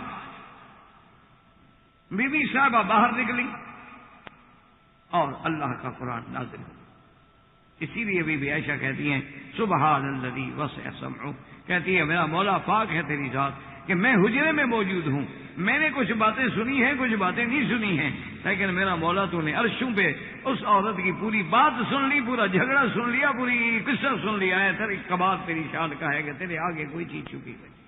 اللہ نے قرآن نازل فرما دیا کہ قد سمع اللہ قول التی تجادلک فی زوجها وتشتکی الی اللہ واللہ یسمع تحاورکما۔ اللہ نے فرمایا میرا محبوب ہم نے سن لی ہے بات اس عورت کی، قد سمع اللہ یقیناً سن لی، تجادلک فی زوجها جو اپنے خاوند کے بارے میں جھگڑ رہی، میرے محبوب ہم نے اس کی فریاد سن لی، ہم نے اس کی بات سن لی ہے، اس کی شکایت سن لی ہے، اور اللہ ہی سننے والے ہیں، اللہ ہی دیکھنے والے ہیں، اور کون سنے گا؟ اور اللہ نے حکم جاری فرما دیا کہ میرا مدنی صلی اللہ علیہ وسلم اگر آج کے بعد والذین یظاہرون من نسائہم، اگر کوئی بندہ اپنی بیوی کو ایسے کلمات کہہ بیٹھے، اپنی بیوی کو ماں کہہ بیٹھے یا بہن کہہ بیٹھے یا بیٹی کہہ بیٹھے، تو یہ عورت اس کے لیے تادم حیات تحریم معبدہ نہیں ہوگی، جھوٹ بول رہا ہے، اس کی ماں تھوڑی ہے وہ۔ یا رسول اللہ سمی یہ تو قول منکر ہے، جھوٹ بول رہا ہے، بری بات منہ سے نکالی ہے اس نے، جھوٹ بولا ہے۔ ماں تو وہ ہوتی ہے جس نے اس کو جینا ہے، جس نے اس کو پیٹ میں رکھا ہے، یہ کیا بھی کہنے سے بیوی ماں بن گئی؟ یہ غلط بات ہے۔ ان امہاتہم، ان کی مائیں وہ ہیں، اللہ ہی ولد لہم، جنہوں نے ان کو اپنے پیٹ میں رکھا ہے وہ ماں ہوتی ہے۔ یہ تھوڑا کسی کو کہہ دو گے میری ماں بن گئی۔ ایسے تو دنیا میں آدمی کتنی بوڑھیوں کو کہتا ہے کہ ماں جی، کتنی بوڑھیوں کو کہتا ہے کہ اماں جی آپ بیٹھ جائیں، کتنی عورتوں کو کہتا ہے بہن جی، کتنی کو کہتا ہے بیٹی. تو یہ کہنے سے بیٹی یا بہن یا ماں تو نہیں بن جاتی. لیکن چونکہ اس نے ایک زیادتی کی ہے، وہ بیوی ماں تو نہیں بن جائے. لیکن اس نے کہا کیوں؟ اس نے اپنی بیوی کا دل کیوں توڑا؟ اس نے اس حلال کو حرام سے تشبیہ کیوں دی ہے کہ ماں ہمیشہ کے لیے حرام ہے بیٹے پہ، بیٹی ہمیشہ کے لیے حرام ہے، بہن ہمیشہ کے لیے حرام ہے. یہ تحریمات معبدہ ہیں جو کبھی حلال نہیں ہو سکتی. حرمت علیکم امہاتکم و بناتکم، اللہ نے پورے قرآن پاک میں ان کی تفصیل بیان فرمائی. لیکن اس کی بیوی جو ہے وہ اس کی ماں نہیں ہے، جھوٹ بول رہا ہے. منکرم من القول وزورا، ایک اس نے غلط بات کی اور جھوٹ بولا ہے. لیکن چونکہ اس نے ایک جرم کیا ہے کہ اس اپنی بیوی کو بلا وجہ ماں سے تشبیہ کیوں دی. اب دیکھیں عورت کا مقام کہ ایک عورت کو کہہ بیٹھا، غصے میں آ گیا، جذبات میں آ گیا. خوشی سے تو کوئی بھی نہیں کہتا. خوشی سے کون کہتا ہے کہ تم میری ماں ہو؟ کہا تو غصے میں ہی ہوگا. غصے میں آ گیا، طیش میں آ گیا، کسی وجہ سے غصے میں آنے کے بعد وہ کہہ بیٹھا. لیکن اس کہنے کی اللہ نے کہا کہ سزا ہے اس پر. ہاں اگر اس نے ماں کہہ دیا اور ہمیشہ کے لیے بیوی کو چھوڑ دیا، ٹھیک ہے، حرام ہو گئی، جان چھٹی، جاؤ بھاگ جاؤ. لیکن اگر یہ بندہ یہ چاہتا ہے کہ پھر بیوی بھی میری بیوی رہے اور جو کچھ میں نے کیا ہے وہ بھی ہضم ہو جائے، تو ہم نہیں ہضم ہونے دیں گے. اس نے کیوں ایک عورت کی توہین کی؟ تو اس کے لیے سزا ہے. اور وہ کفارہ کیا ہے؟ وہ تحریر رقبۃ، ایک غلام خرید کر کے آزاد. ایک غلام خرید کرے اور آزاد کرے. ایک غلام کتنے کا ملے گا؟ کیا خیال ہے آپ کو؟ اونٹ لینا ہے تو 5-8 ہزار میں مل جائے گا.